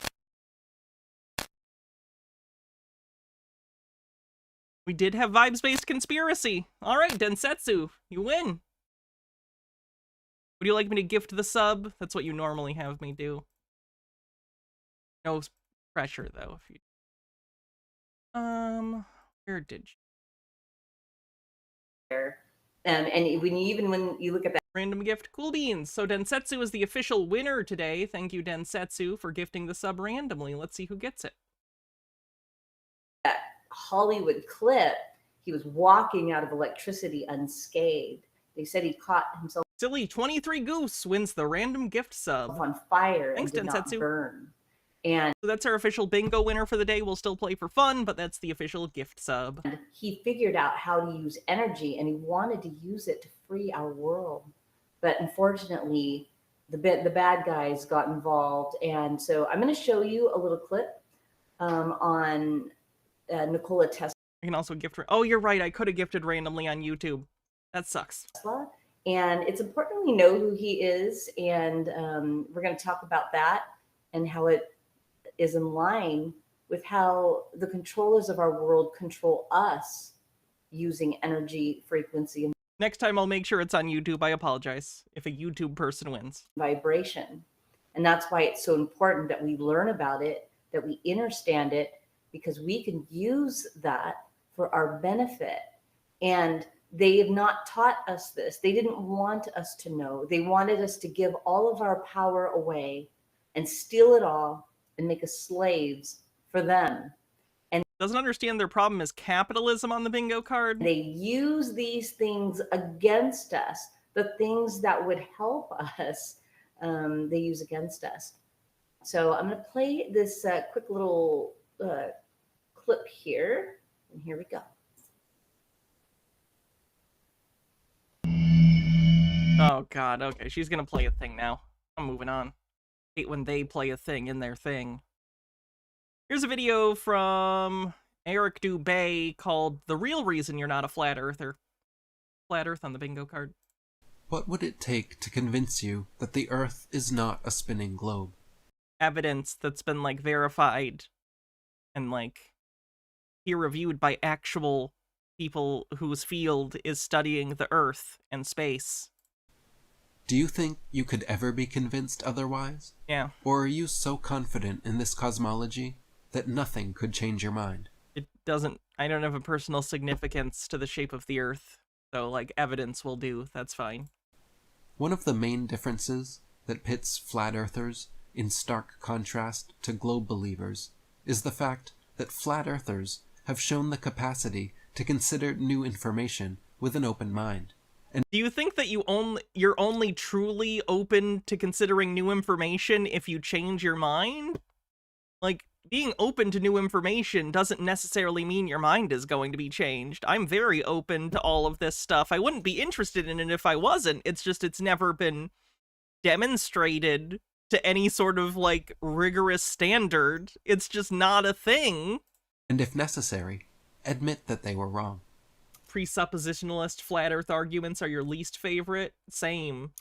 99% of all modern-day flat earthers were once globe believers themselves, and were subjected to the same mainstream media and public school indoctrination as everyone else.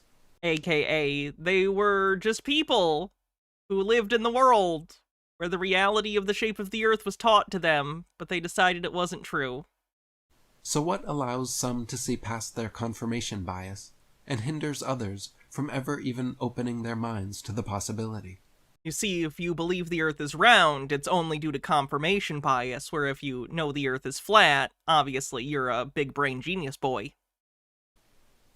There is one key characteristic, one personality trait that is particularly noticeable in flat earthers that is rarely seen in globe defenders. The more you pay attention to people on both sides of the issue, the more blatantly clear it becomes with time. This most obvious difference between those who accept and reject the flat earth is humility. I can already hear the audible groans. Really, man? And see, flat earthers think that they've discovered something that no scientist has ever figured out. They think they're better than everyone in the fields that they critique. That's an insane statement to me. Their eye globes rolling back in their sockets, but it's true. The main reason most people reject flat earth is because they lack the humbleness to accept that they might be wrong and cannot temper. That doesn't even make sense, because it wouldn't even be a humble thing.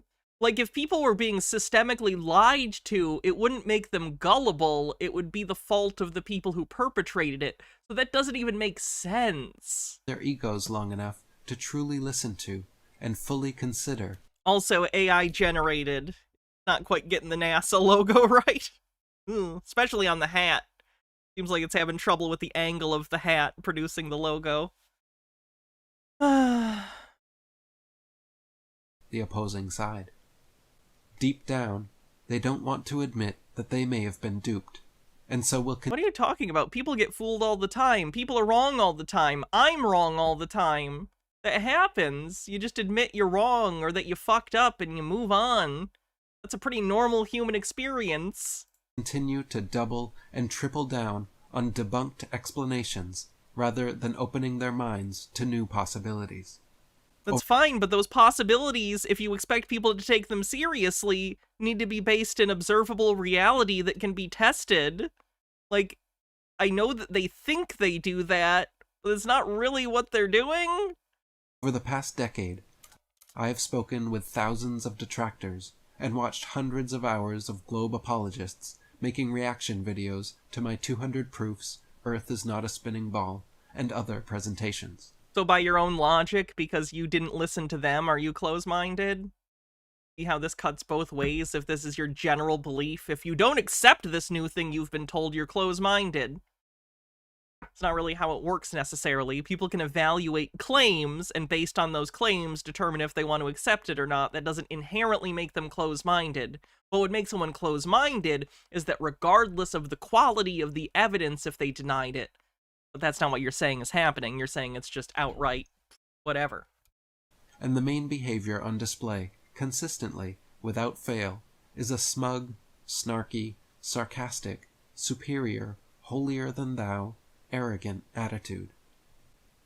Globe apologists tend to be so sure of their position that they rarely allow an entire sentence to be spoken before interrupting to regurgitate the explanations taught in their third-grade science textbooks.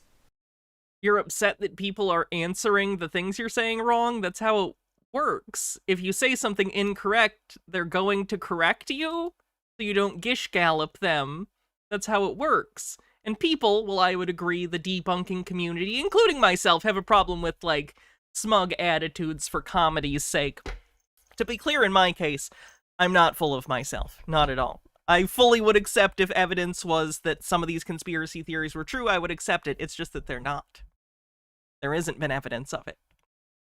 Well, there you are. The irony is that myself and other flat earthers are well aware of these explanations and can recite them too. The difference is... Okay, and you come up with some sort of reason it's not true. The confidence, by the way, also comes from the fact that we've literally been to space, and if you're not a conspiracy theorist that comes up with wild explanations for how that's been faked, you just kind of have to go, look at all the evidence, look at all the photos. Is that we are skeptical and open-minded enough to carefully consider alternative explanations before immediately jumping to such foregone conclusions. Think back to when you were a child. Stop jumping to conclusions that the sky is blue, but you can look at it. No, we're gonna debate this for 10 more years on YouTube and make stupid videos that Hannah has to watch while in a cat maid outfit. First learning all of this. What did it actually take for you to believe in it back then? If you are truly honest with yourself, you first believed it because you were a young child, too naive to know any better. I mean, that's true of basically everything, but as you get older, you start to question things and double-check things that have been told to you. At least I would hope that people do that. Your parents, teachers, and every other adult around you accepted it as fact. In other words, our initial acceptance of heliocentric cosmology is more the result of argument from authority than from actual sound reasoning. Not really. Like, the widespread belief of it, you could argue that's the case with everything. Like, I didn't do the proofs to discover, you know, the I don't know. What's the thing where like the Pythagorean theorem. I didn't come up with that, but I was taught it. You know what I mean? That's how most knowledge is imparted to children, is by teaching them things. If everyone had to develop everything themselves, there would be no society. Our strength as a species is being able to convey things to people. Now, that doesn't mean that everything that is conveyed to you is inherently true, but there is a general social guide rail in place, not always perfect, but if knowledge is incorrect enough, at least objective knowledge that can be tested, people will kind of correct at some point. This is a pretty big issue, the, like, shape of the Earth. We know it. We've known it for a long time, based on observation and experiment. So if you're going to try and claim, oh, well, that's not true, it's a pretty big burden that you have to undo all of that evidence. And yeah, it just gets taught to people, just like math, just like colors, just like spelling, because it's just a thing that is. It's not a conspiracy.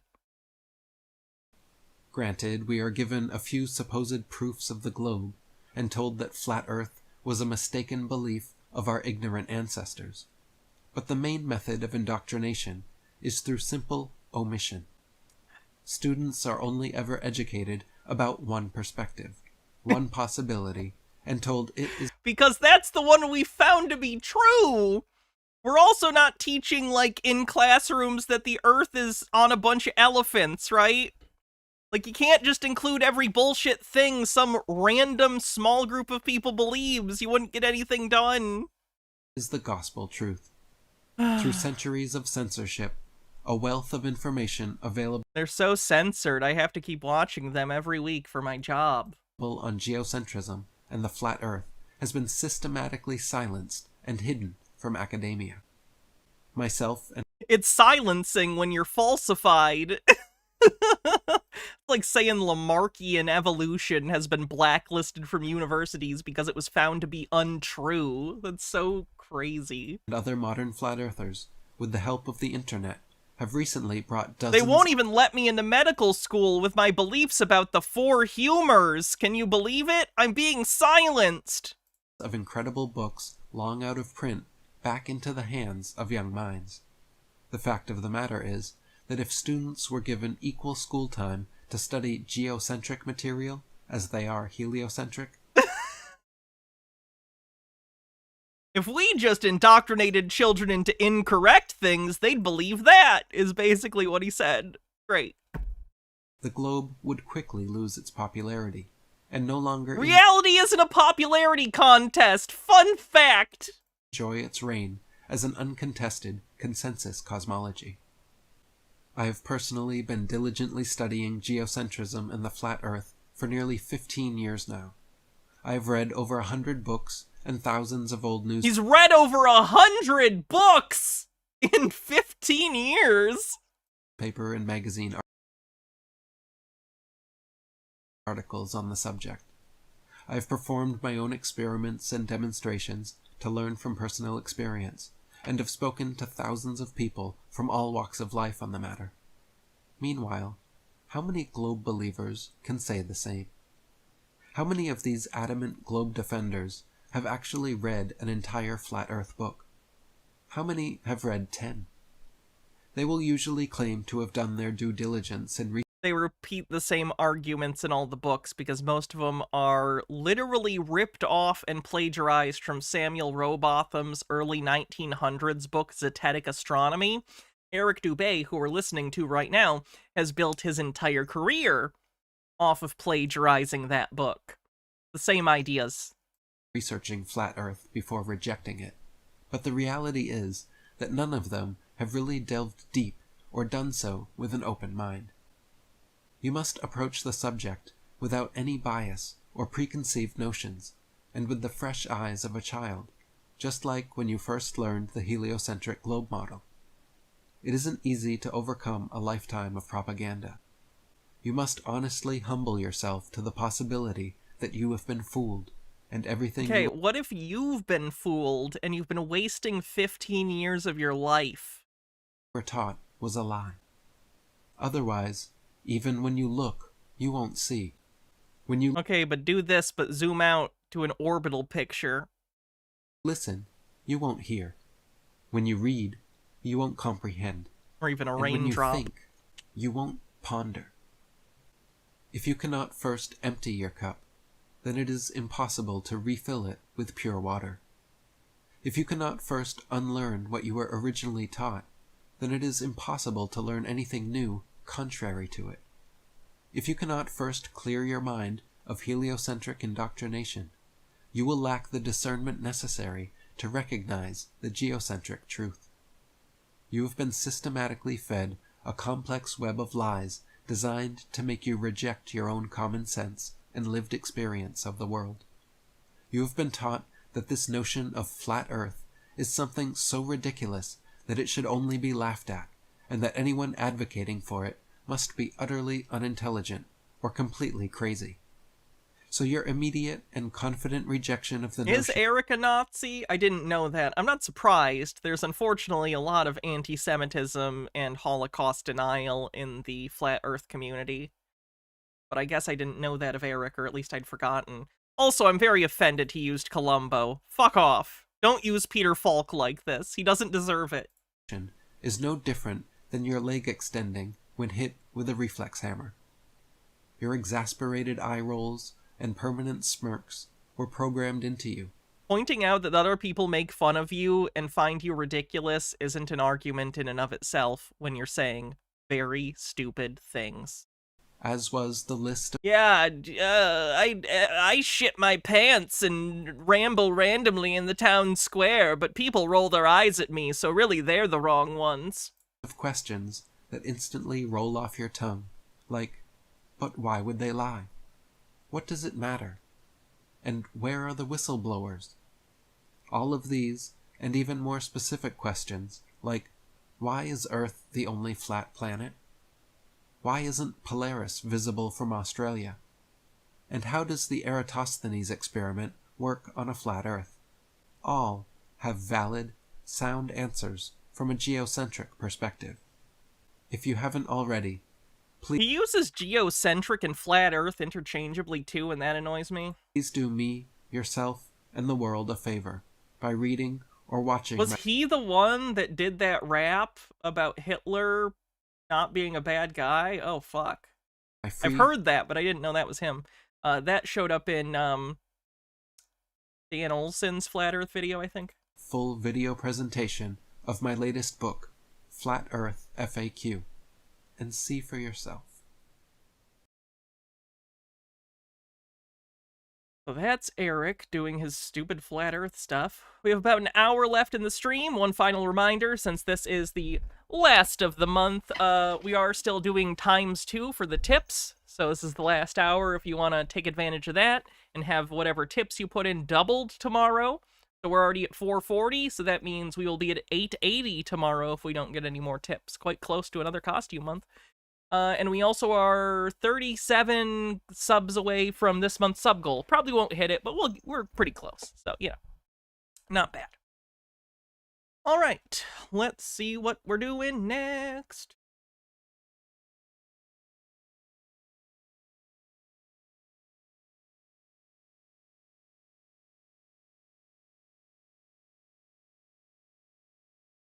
Try this one. This is called Babylon 3.0. Oh, Will Kale, thanks for a 50 stream streak, says Flat Earthers. Oh, come and see the violence inherent in the system. Help, help, I'm being repressed. Like I said, this is called Babylon 3.0. The show, everyone. Today we're going to be talking about the 3 Babylons that are found in the Bible. So this is important because this is a prophecy that's going to tell all the world right now, more particularly Americans, what our fate as a country is going to be as defined by the Bible, and 2 previous examples of the cabal trying to make a one world society to rule. Oh boy, the word he just used is not good. Cabal on the bingo card. If we had super racism, we'd also have that. Rule the entire world, and how that ended up.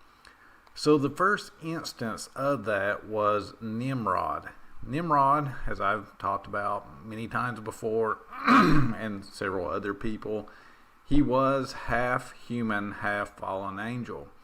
Now the ancient pagans were very aware of this. It wasn't a secret society that secretly ruled the world, as it eventually became after Nimrod. But when they were trying to overtly rule the world, they did, Profane Priestess. They did. They would walk with human beings, and they had their half-human hybrids rule as kings, and a lot of these people were abnormally tall. As we've shown before, let me see if I can find it. Look at this big statue. Certainly that means people were that big. Ah, yeah. Have you ever seen the Lincoln Memorial? It's incredible how little historians talk about how, on top of being, you know, president during the Civil War, he was America's first giant president. Here it is. So this is the first example of Nimrod, the first civilization, the ancient Sumerians, which is probably the people that are talked about after the flood. Tin Shalart says, is this a tip? Help, I feel old. Those are bits, which are a kind of tip, but the actual tip thing that counts towards the ×2 is the tip link that goes through hannahreloaded.com/tip. Sorry for pushing this, by the way. I hate having to do it. I really do. That we're trying to build a big ziggurat into the heavens. Maybe there was high technology going on. I don't know.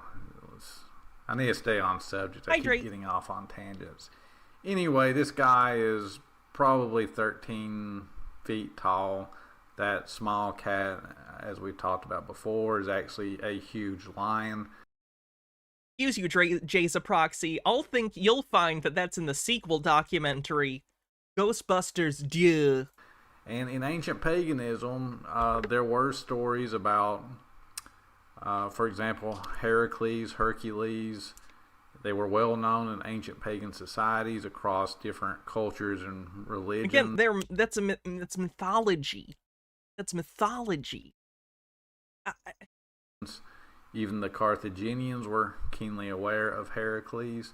But that was the old age. Shortly after the fall of the first Babylon, they learned that God would stop them in their endeavor. They had to trick humanity into doing what they wanted, so they made the secret societies. The first Illuminati member... Illuminati on the bingo card. This. I also want to point out, vis-a-vis the tip thing that I always feel bad asking for, if tomorrow aliens showed up and gave us all Star Trek replicators and no one ever had to work again, I would still come on and hang out with all of you. I'm sorry about my material needs. I genuinely am. Society. Doesn't matter what you call them, Freemason, Jesuit, Illuminati. Clockwork Van, thanks for a $3 tip. Islam. They're all working together, reporting to the same people. I think the Illuminati, they don't even use that term anymore. Even though, the Illuminati isn't even a group the way you're describing. Freyline, thanks for gifting 5 tier 1 subs, almost on a hype train. 100 years ago, it was very popular, very well documented, even though people act like it's a conspiracy theory. For example, I think George Washington had a letter where he was warning people not to talk to Illuminati members. Yeah, the Illuminati conspiracy theory is very old. It was an actual organization for a very brief period of time, created by a college professor, but then articles started getting written about it, with pearl clutchers being afraid of this organization, and then it became a big conspiracy theory that, shared everywhere. So when they go, oh, well, look at this thing warning about this. Yes, they had fallen for a conspiracy theory. Believe it or not, George Washington, if he did say that, is capable of believing misinformation, just like anyone.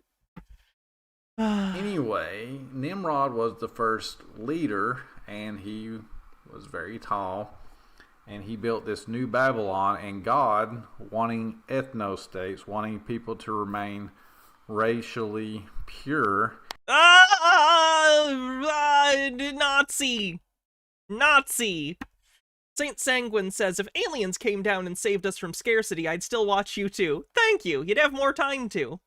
88% to level 2 on a hype train. Saint Sanguinia, thank you for 13 months.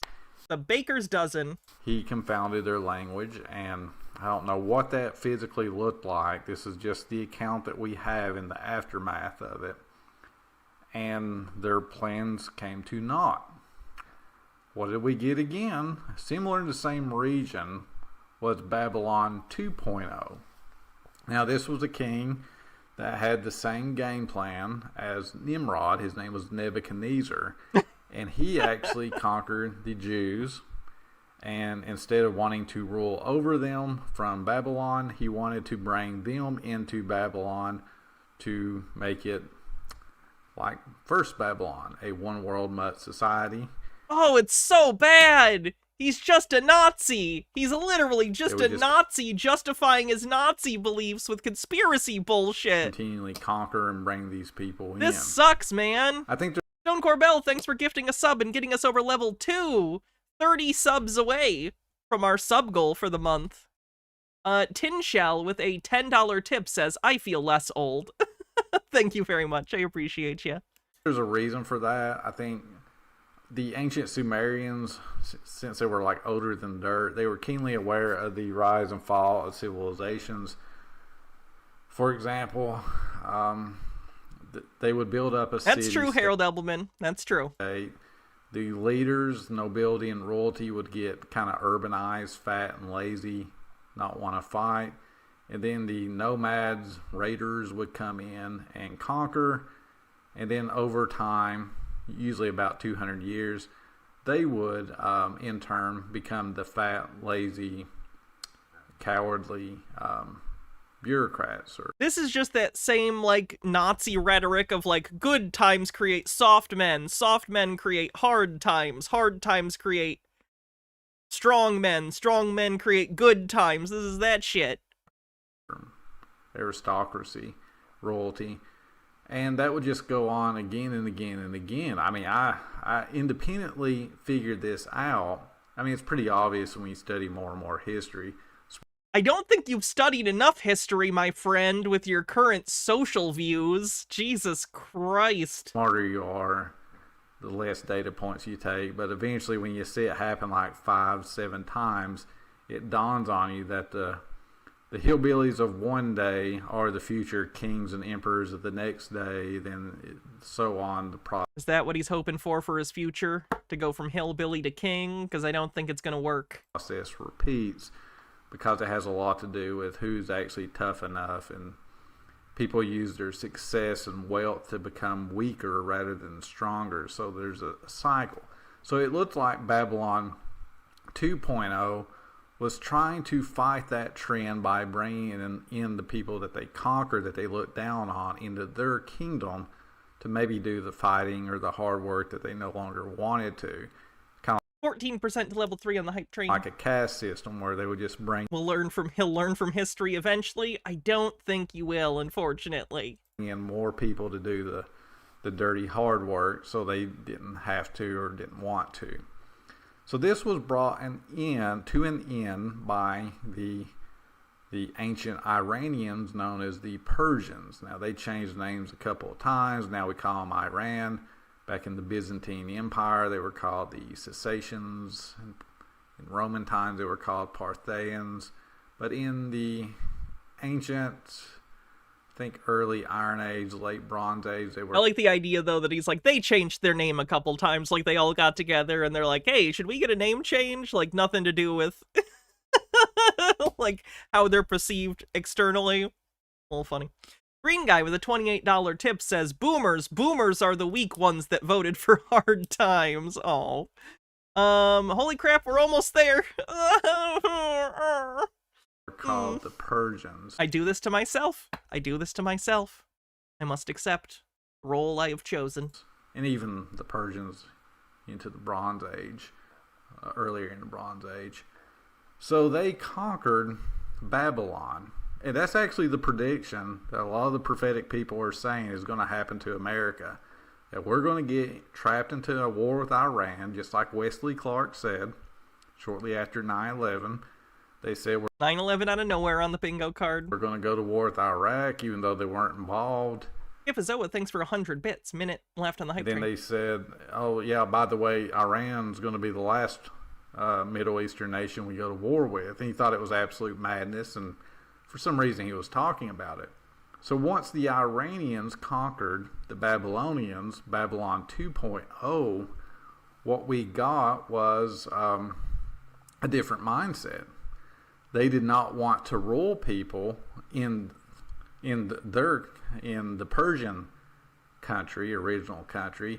They wanted people to go back home and manage the land away from the indigenous Persians. Nemesaur, thank you for gifting 10 tier 1 subs and saving the hype exactly train. What happened to the Jewish people. 20 subs away from taken into captivity under Babylon and then allowed to go home.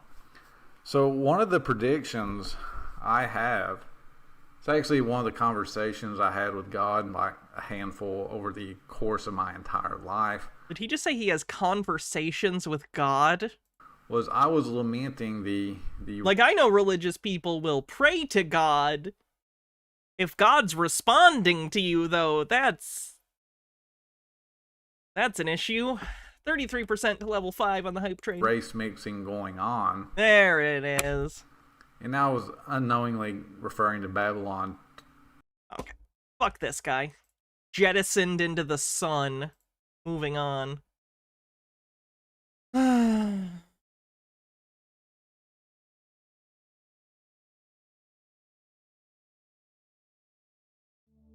Try this. Warning. Situation update. At the moment of the last Archon invasion, In January 1996, Got invaded in 1996? I guess I was 2. I probably wouldn't have noticed. the dark forces have created 3 main dark wormhole entry points to collapse the planetary light grid. These 3 dark Not the planetary light grid. It's the planetary light grid. wormhole entry points were Bukavu, Lake Kivu, Congo, Ljubljana, Slovenia, Santa Monica, California, USA. Ljubljana and Santa Monica were 2 ascension vortexes with the most potential for ascension on a planetary scale.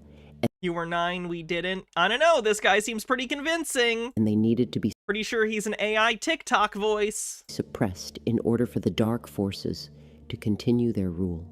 Wormholes were created by several etheric and plasma conventional nuclear explosions at and above the before-mentioned locations, with total of about 200 etheric plasma nukes exploding worldwide. Etheric plasma nukes. When you say etheric, are they not affecting the material? Then in what way are they nukes?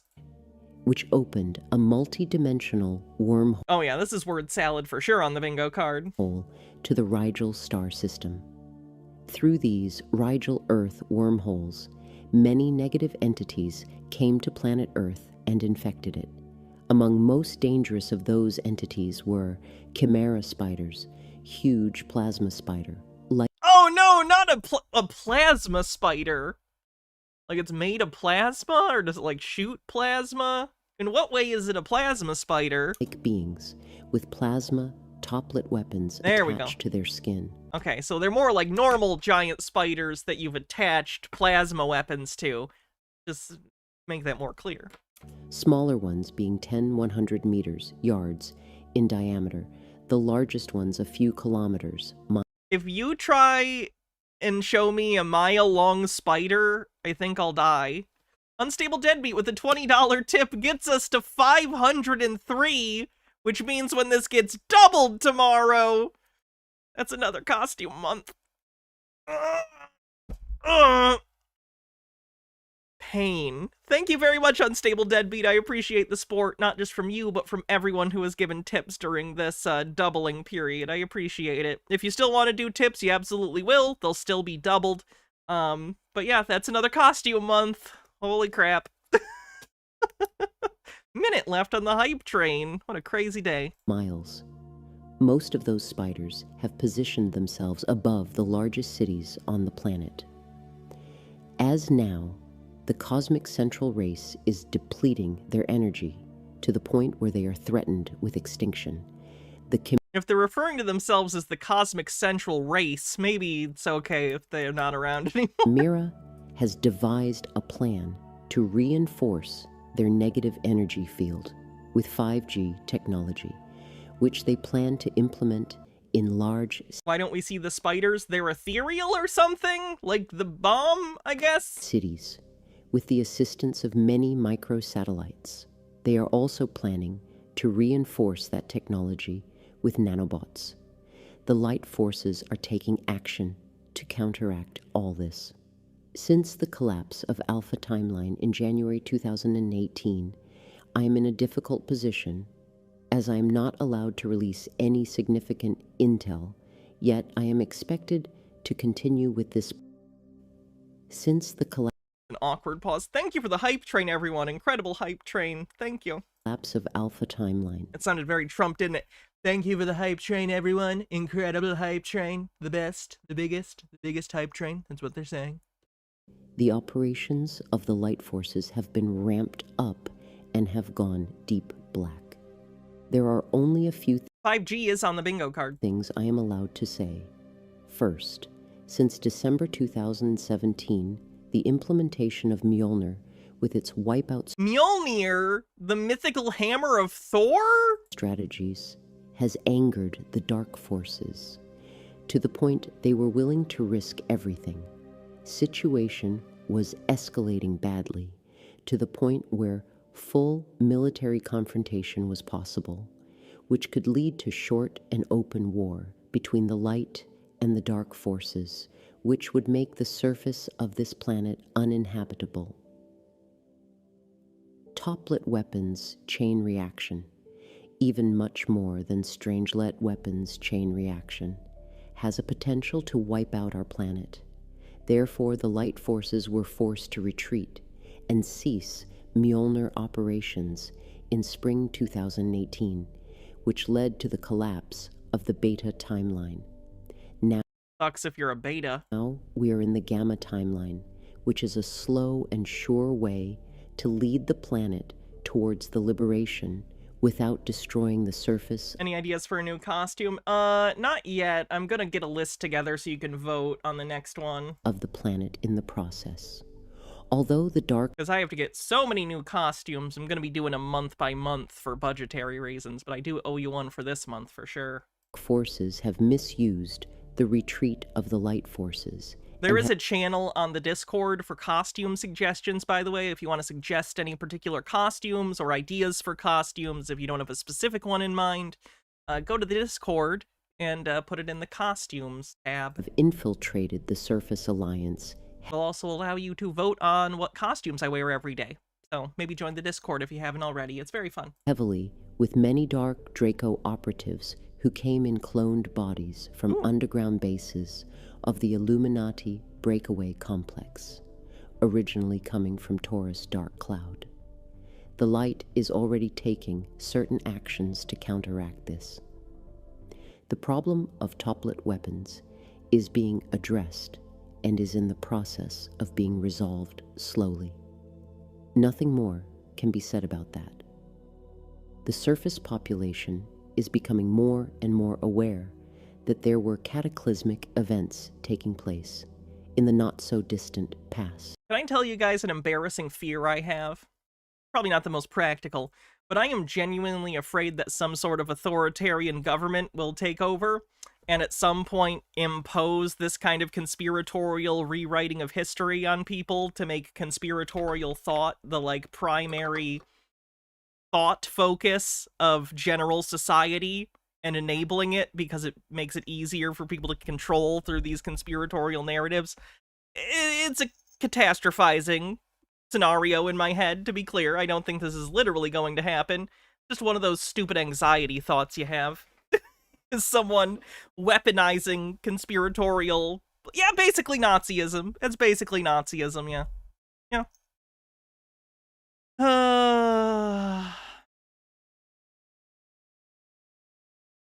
What else do we...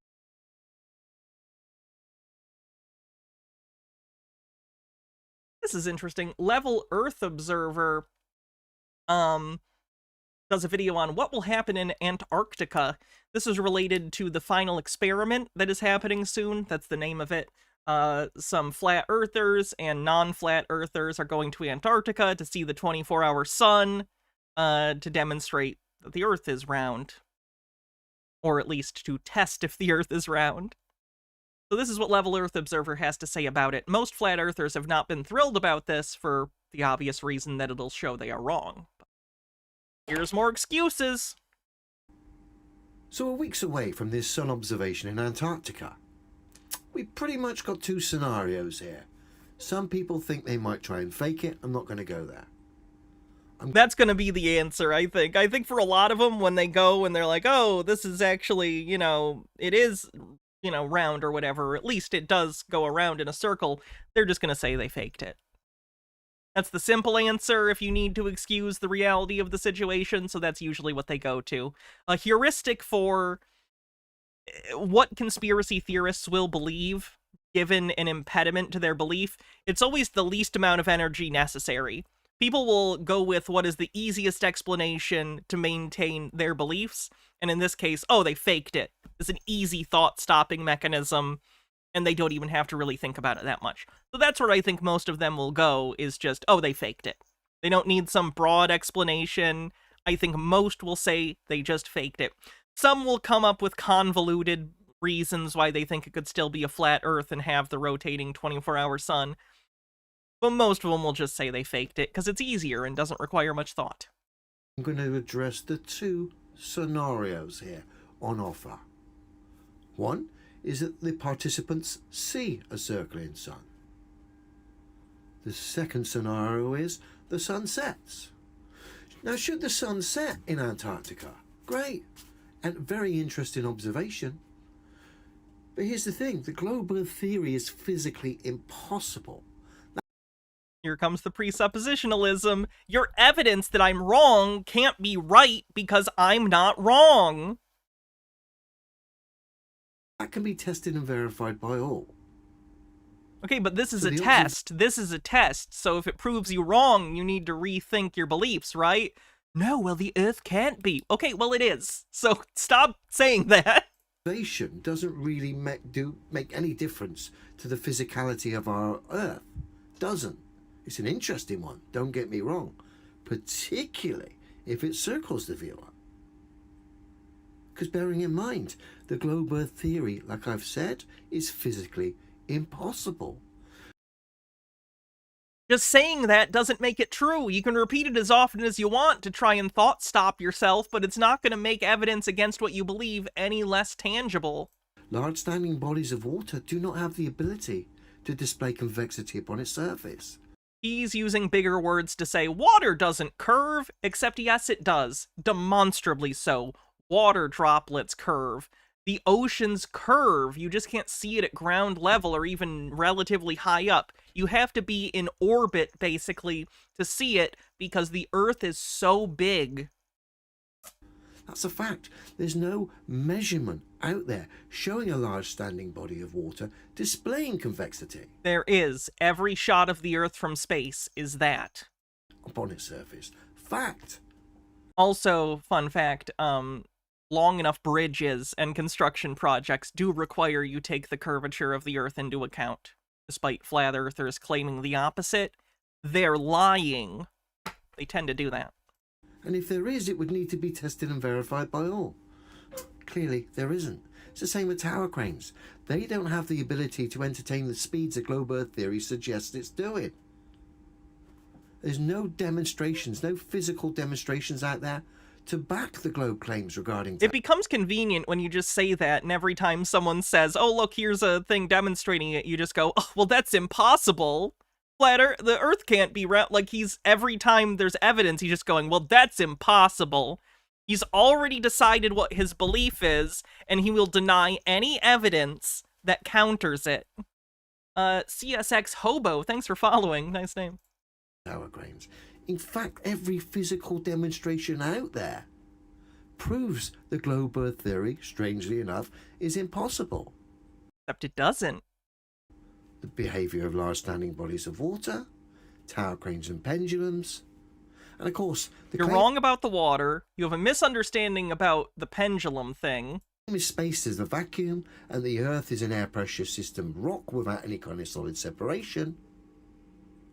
Problem is, every single demonstration going showing an air pressure system residing next to a vacuum shows it basically requires solid separation to separate those two systems from each other. Not if the atmosphere is held in place by gravity, which it is.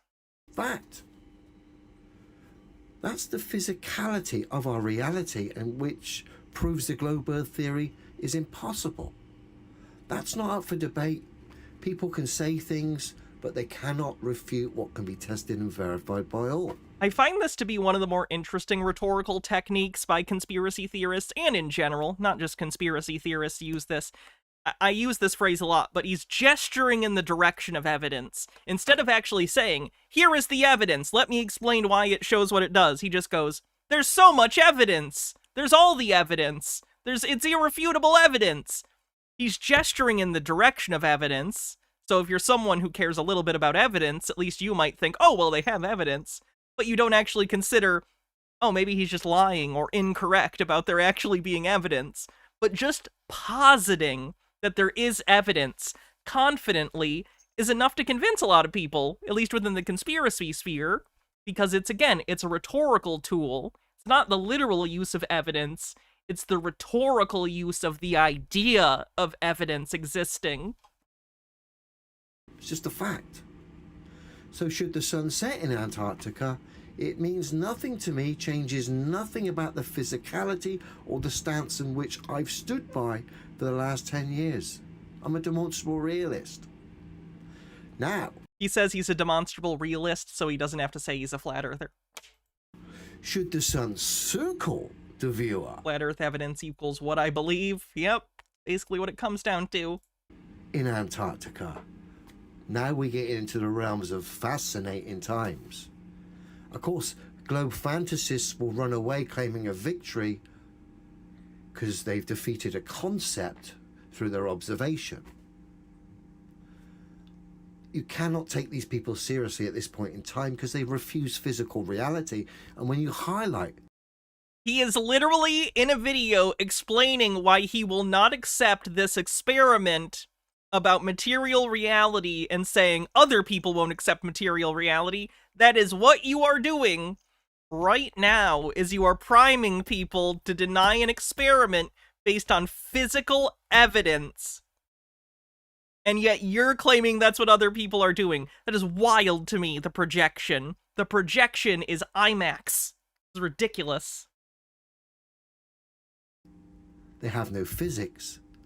They say you don't understand physics, despite the fact someone like me stands by physical demonstrations that can Unless it's this physical demonstration, then it's bullshit.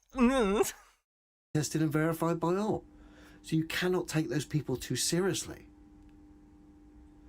To make this observation a bit more scientific and give it a bit more clout, should that sun circle the viewer, they should have in place a backup plan to follow that sun and see where it goes and see where they come out.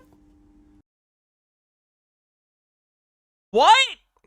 He's asking them to chase the sun? You're right, and for your next trick, we gotta find... You know what? I think it would actually be easier to just fund everyone's trip to Antarctica themselves to see it. So first, we'll find the pot of gold at the end of the rainbow, and then everyone will have enough gold to take a trip to Antarctica. You can't follow the sun. It's not on Earth. Because if they come out on the other side of a so-called globe Earth, then what is going on? What is going on?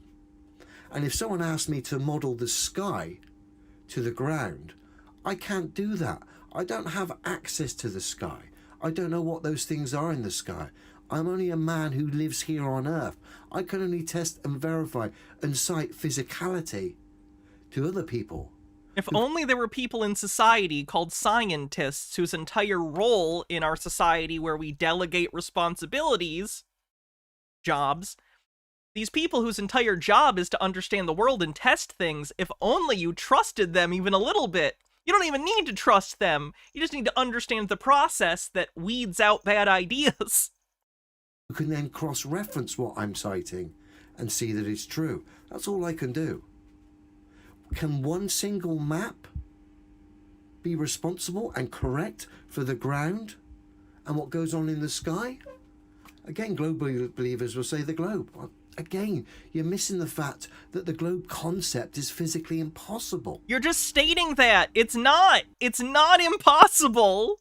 So if that sun does circle the viewer, where... This feels like the Patrick Wallet conversation. Oh, so this evidence shows that the Earth would be round if it's true, right? Yeah, sure. Oh, and it did show that, right? Yeah. So the Earth is round? No, the Earth is physically impossible to be round. Ah! Where are we? What is going on? Because the globe's physically impossible. Hey, Chloe. The interesting observation that will take place in December, if, like I say, they do see a circling sun, then we need to explore this place based on the fact the globe's physically impossible and the sky is doing things that can't be accounted for. He's literally already be like, well, even when it shows the thing I don't like, it can't be the Earth. The sky's doing something weird. How could he not see what he's doing? Unless we have exploration. And you have to follow that sun. You have to follow that sun and see where it comes out. Where it comes out! It's the sun! It's in fucking space! We're all in space! Ah! That way the observation has more clout. Folks, be prepared for the backlash and the deluded narrative that's going to be run. Yeah, other people's narratives are diluted. Sure. No, you want to chase the sun, and other people are delusional. Off the back, should these globe believers and these participants see a circling sun in Antarctica, because they're going to now claim that they've proven their globe Earth, even though they're participating in a false dichotomy, two concepts put forward. Just because one concept didn't work with your observation doesn't mean a concept that's physically impossible, the globe, suddenly becomes a reality. No. We've got to explore this place, and we've got to stand together here. The problem is the psychology at play is holding the globe believers back, so much so that they act, unfortunately, like dishonest trolls. Even the genuine people out there. I've had genuine globe believers try and slander me based on their misunderstandings on how a tower crane works. Does he assume the sun goes somewhere when it sets? Yes. Essentially doing the job of what a government agent would do. We had a guy a while back that thought there were two suns and that they went into the earth in a cycle. Just based on their emotions and the psychology at play regarding this subject. Of course, all put there by the education system and modern culture. Psychology is the biggest barrier for globe believers, because their belief system is physically impossible. Keep saying they still that. Can't see it. They need a concept to attack, which is what this whole final experiment observation is about, to destroy a concept. And in doing so, in the eyes of the naive and the gullible, they've proven a physically impossible concept. Crazy times, I'll tell you. Like I said, follow that sun in an aeroplane, or fly over Antarctica. Let's start exploring this place and get a better understanding of where we are, rather than these silly, deluded pantomimes like the final experiment. Have a good one, everyone. Wow. Do you think he nailed that? Yeesh. Anyway. Can't wait to see the final experiment and see all the excuses. They've already teed themselves up for them, so I'm not that surprised, but still. Check out Sky again with her Medbed grift. Hey guys, how are you? Oh my god, I have the most incredible bit of information for you guys. So, today is Friday, 22nd of November, I think. I don't know. I think it's 22nd of November, 2024. Could be 21st. Either way, it's Friday. It's the second last week in November. Anyway, it doesn't matter because I have the most incredible news for you guys. Now, from day one, right, what's been said to me is the same thing time and time again from day one. That Medbeds... No, this isn't Zmu this time. This is her not playing a character.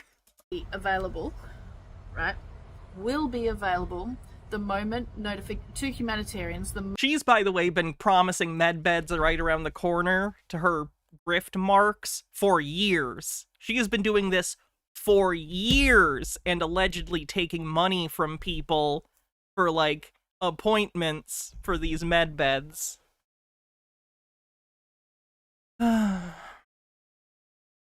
Moment notifications are released for the redemption appointments. Pretty standard. The same the whole time. Well, about 15 minutes after I finished my live stream this morning, I received a message. Yeah, I know my hair's ridiculous. I've had a hat on all day. I've been out working with horses and forget about it. Who cares about my hair with this incredible news? All right, I know that I'm rambling. Bear with me. Okay, so about 15 minutes after I finished my live stream this morning, I received a message. And all it said was Medbeds available to the public as of today. Wait for further instructions. No, Rightio. So I got the further instructions. Okay, we got more. I'm pretty curious, and I'm sorry, I'm trying not to talk about politics, so I'll be vague about this. Given the incoming administration and how many conspiracy theorists and QAnon types, not as many QAnon types, but there are still plenty of conspiracy theorists that follow a lot of those beliefs. Many of them believe the incoming administration is secretly operating behind the scenes to save them and everything. I'm curious what their reactions are going to be as this administration goes forward and nothing materially gets better for them. In fact, things may get much worse. Curious how they're going to justify that. I'm imagining that they're going to say, oh, the new administration is trying to save everything, but the black hat evil cabal is stopping them and hurting us and raising prices, blah, blah, blah, blah, blah. You know. Throughout the day. Today we got more. So I'm going to read. No matter what, it'll be scapegoating, because that's like their whole thing. What I received. This is from an actual person. Okay, within the Medbed department. Okay. This is what I received. Medbeds available to the public worldwide as of right now. We are just waiting for the number or website to start booking appointments. Okay, so they are... If it was available, why wouldn't you have the websites ready?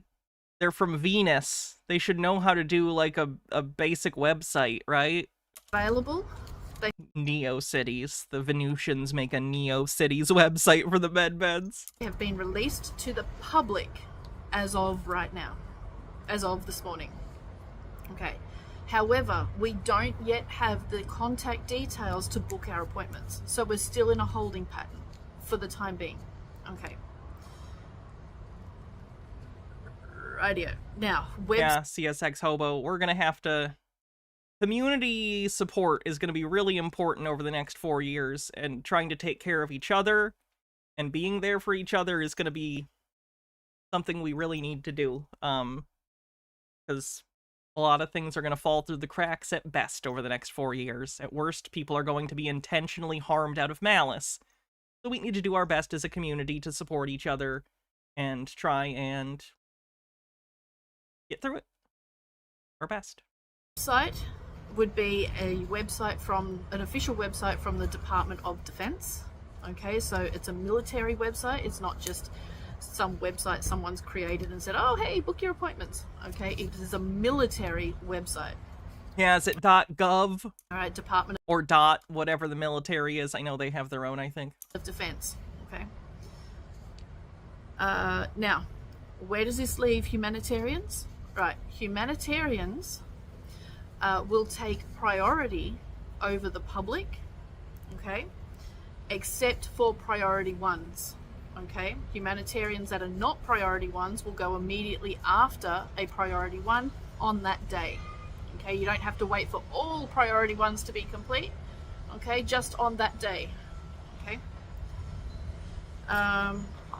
Those who have been trained in medbeds or spiritual counseling in the SSP will be asked to help out, not required to help, but requested, once they have had their medbed treatment.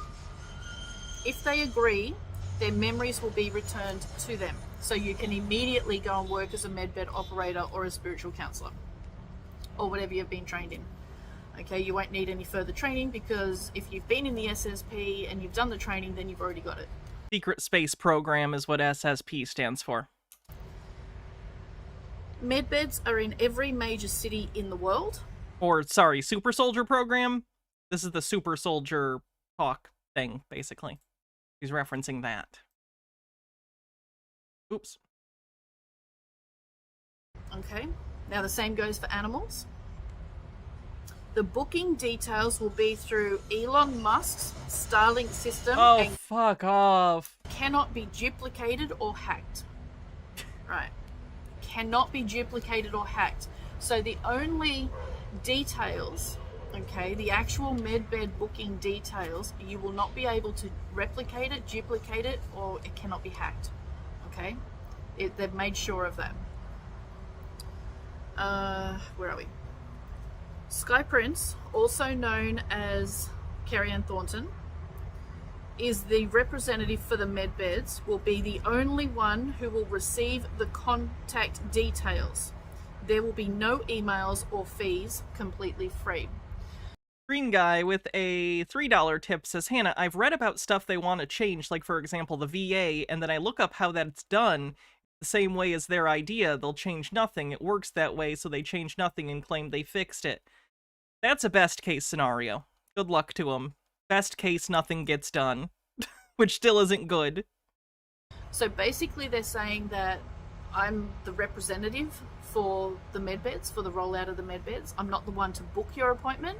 I'm the one that will release the contact details to book your appointment. Either a national phone number or a military Department of Defense website, okay?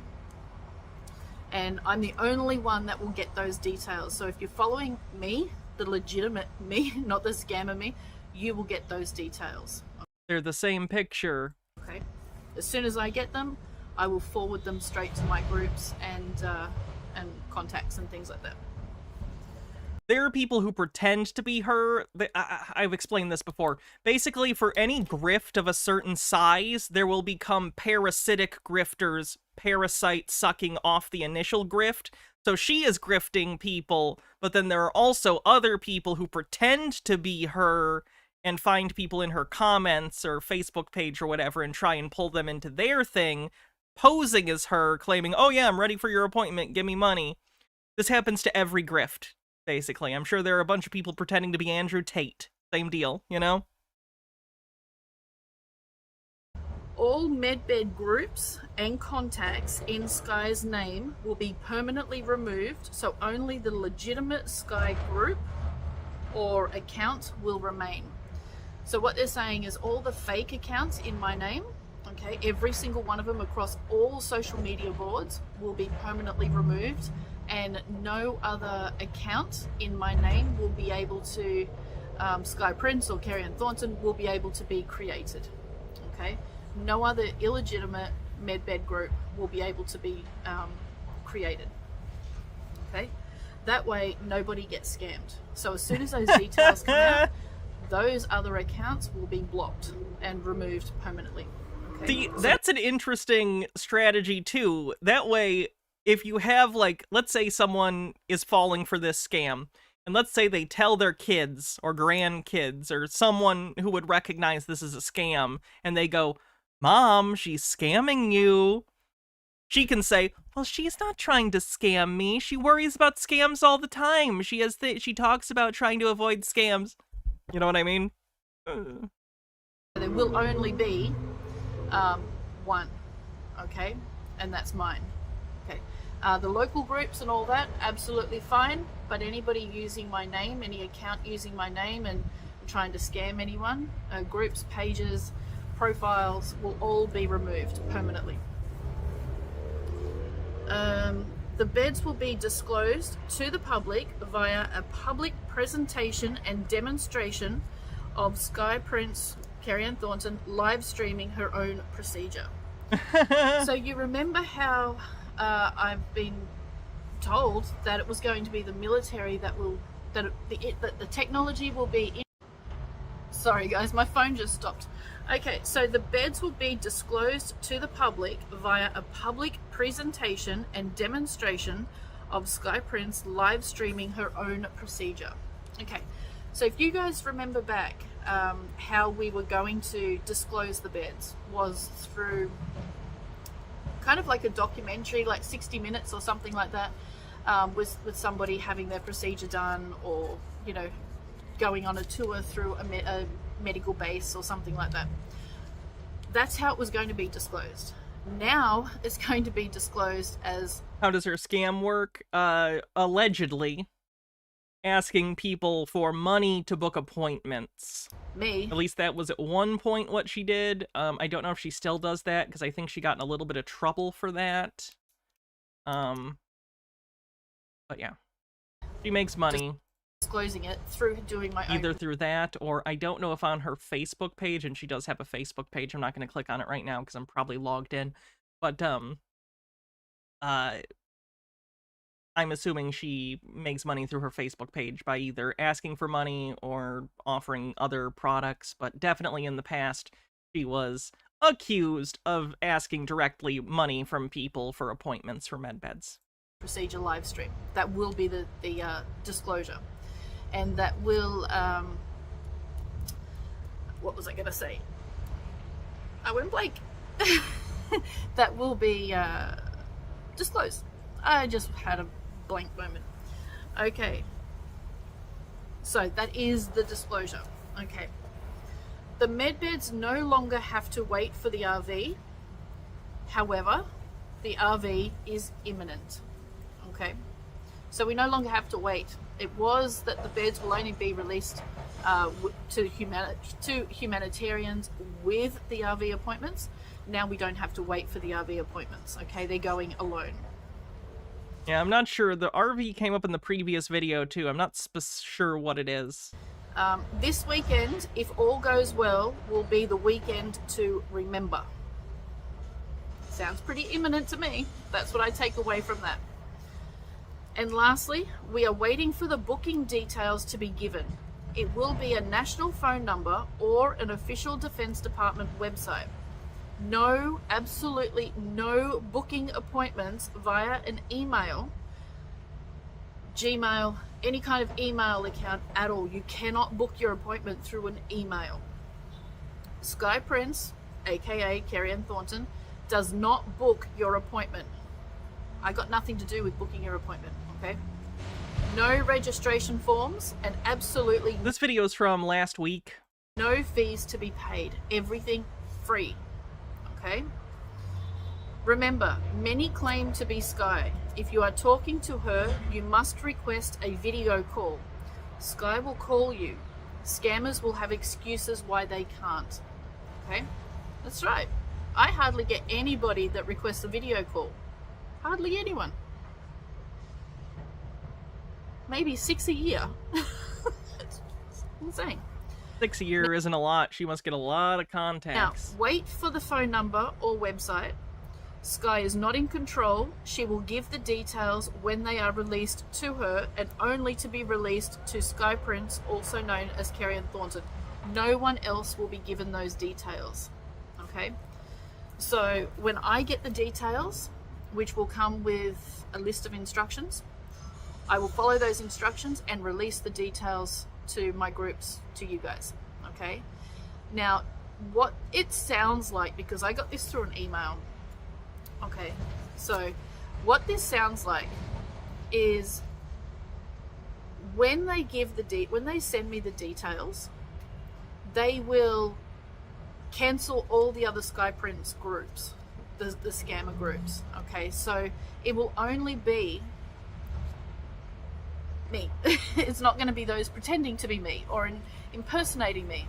Now, you absolutely... She got in so much trouble for scamming people, I'm borderline wondering if at this point, if it's a double-faced scam, where on here she's telling people, watch out for fakes of me, but then she's really doing fake accounts of herself, if that makes sense, and scamming people using a fake identity, but it's really her stealing her own identity to give... What's the word I'm thinking of? Plausible deniability that it isn't her scamming people, it's people pretending to be her scamming people. Does that make sense, even though it is her the whole time? Absolutely. Because she used to do it directly, but I think she was getting in trouble for that, so I'm wondering if this is her cover, more or less, is publicly saying no to all that stuff, and then she actually, you know... Cannot book any kind of procedure for a medbed through an email. There is no registration forms to fill in. Nothing. You do not fill out anything or return anything. There is absolutely no fees. None. No fees. Okay. Now, they didn't give a time or a date when we were going to be given those details. They're waiting for the higher-ups, not the Galactics. They don't have anything to do with it. it's the top dogs in the military. Okay, we're waiting for them to give me the contact details. That is what the investigation was about. I understand it's still underway. Okay. And then I will forward them on to you guys. Okay, that could be today. It could be tomorrow. It could be on the weekend. It might be next week. It might be next month. I don't know. Okay, and the person who sent me this doesn't know either. Nobody knows except the top guys of the military. Okay, so I'm almost done, Moss Sloth. I'm sorry. the information on the But the VOD will be here, so release that's of the good. birds and how they're going to be released has absolutely changed and been updated. Sorry you had to work with no break. Which is why I said to them, well, I'll release this information when we get the details. And they said, no, you need to release this information now because the details have changed, okay? In how they're going to roll out has changed, which is why I'm giving it to you now. So there is no, there's also no NDA, no NDA. They're releasing it to the public straight away, all at once, because they used Project Looking Glass. In other words, looking into the possible potential futures scenarios. And what they found is every scenario, every potential future that they put in that required an NDA and to keep this technology private and secret for a while, ended up with humanitarians and centers being kidnapped, harmed. Several people were murdered, tortured for information from people that's desperate, like gangs, to get their hands on the technology. Those gangs desperate to get their med beds. When they put in releasing it to the public straight up and making it very public, nobody got hurt. A couple of centers came under, not attack, but tried to be invaded, but no one got hurt. Okay, so it is actually safer. What they figured, it was a lot safer to release it to the public straight up than it is to keep it private and quiet. Okay, so no NDA. You can talk about it until you can't talk about it anymore. There's no 3-month time off or going away on holidays or taking your kids out of school or whatever. It literally is, here's the number to call, go have your appointment, and then scream it from the rooftops. Okay, so yeah, that's what it is. And we've yeah, so that could happen, that literally could happen this weekend. Okay, I don't know the time. It might not happen until, I don't know, Christmas. I don't know. Okay, and who sent me this doesn't know either. Those details can only come from the top guys in the military. All right, I don't think even Trump has those details. All right, he's not in charge of the rollout. Okay, so yeah, so it's going to be very interesting, and the Medbeds has just been blown wide open for the entire public straight away. Now, people will be triaged. Okay, of course, people are going to be triaged. Priority ones, basically. People that is very, very sick in wheelchairs, like multiple sclerosis, life support, lung, heart transplants, severe leukemia, dying of cancer, you know, those kinds of people, broken necks. It's terrible that she uses this. Priority one. Desperate people. You know, emergencies. Are her marks American? Many of them probably, because of the lack of healthcare availability in the United States. Medbeds are a quite large conspiracy theory, especially amongst the elderly, or people with chronic pain, or mobility issues, or just people who are old and don't want to die. Very sad. She takes advantage of them by selling them a lie. Very close to or just about to die. Okay? They are priority ones. Conspiracies that people believe, especially ones they believe strongly, are normally negative impressions of something they're lacking. So, like, they're using it to fulfill something they feel is missing. These people are either old or sick or in pain or whatever, and they feel that those needs aren't being met, so they come to this concocted narrative where they get all those things they're lacking. Conspiracies help people fulfill needs and wants that are unfulfilled. It doesn't actually do it, but it makes them feel that way. And then followed by everyone else. So if you look at the emergency department, Coping mechanism, just not a very good one. everyone's triaged according to their level of need. That's exactly how it's going to be. However, humanitarians and those working with projects, so if you are a cleaner and you are going to work with a project, if you're a landscaper, if you're whatever, medbed manager, secretary, driver, whatever, okay, and if you have anything to do with the projects at all, you take priority over the public, okay? So that's to get the projects up and running and for all staff to be at their best. I think that's about it. I'm going to do a live later this afternoon when it cools down because it's like 30 something degrees, and I'll do it later when the building stops. It's just too noisy over there. They're right at the fence, so it makes it very hard for you guys to hear and hard for me to concentrate when you got the tractors literally 10 meters away from you banging around. And yeah, so it's all very, very exciting and we are ready to go. We just need, we're just waiting for the contact details, okay? So yeah, really exciting, and hopefully, fingers crossed, something happens this week that we can all begin booking our appointments with or without the RV.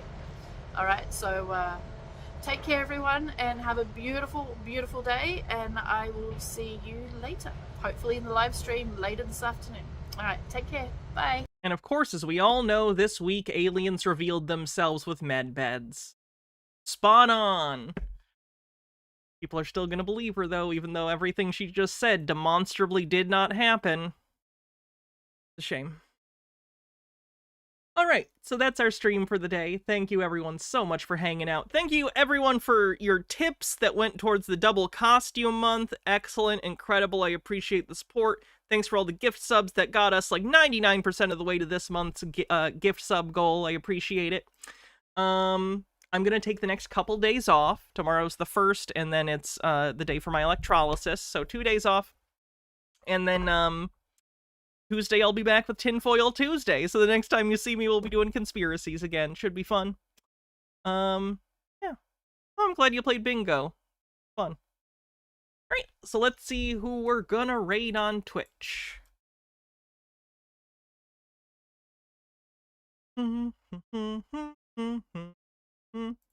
What?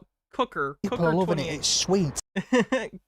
This is a channel that looks at conspiracies too. They don't comment or anything. I think they just play basically montages of conspiracy and weird beliefs, but it's thematically appropriate. So, have a great couple days, everyone. I'll see you soon.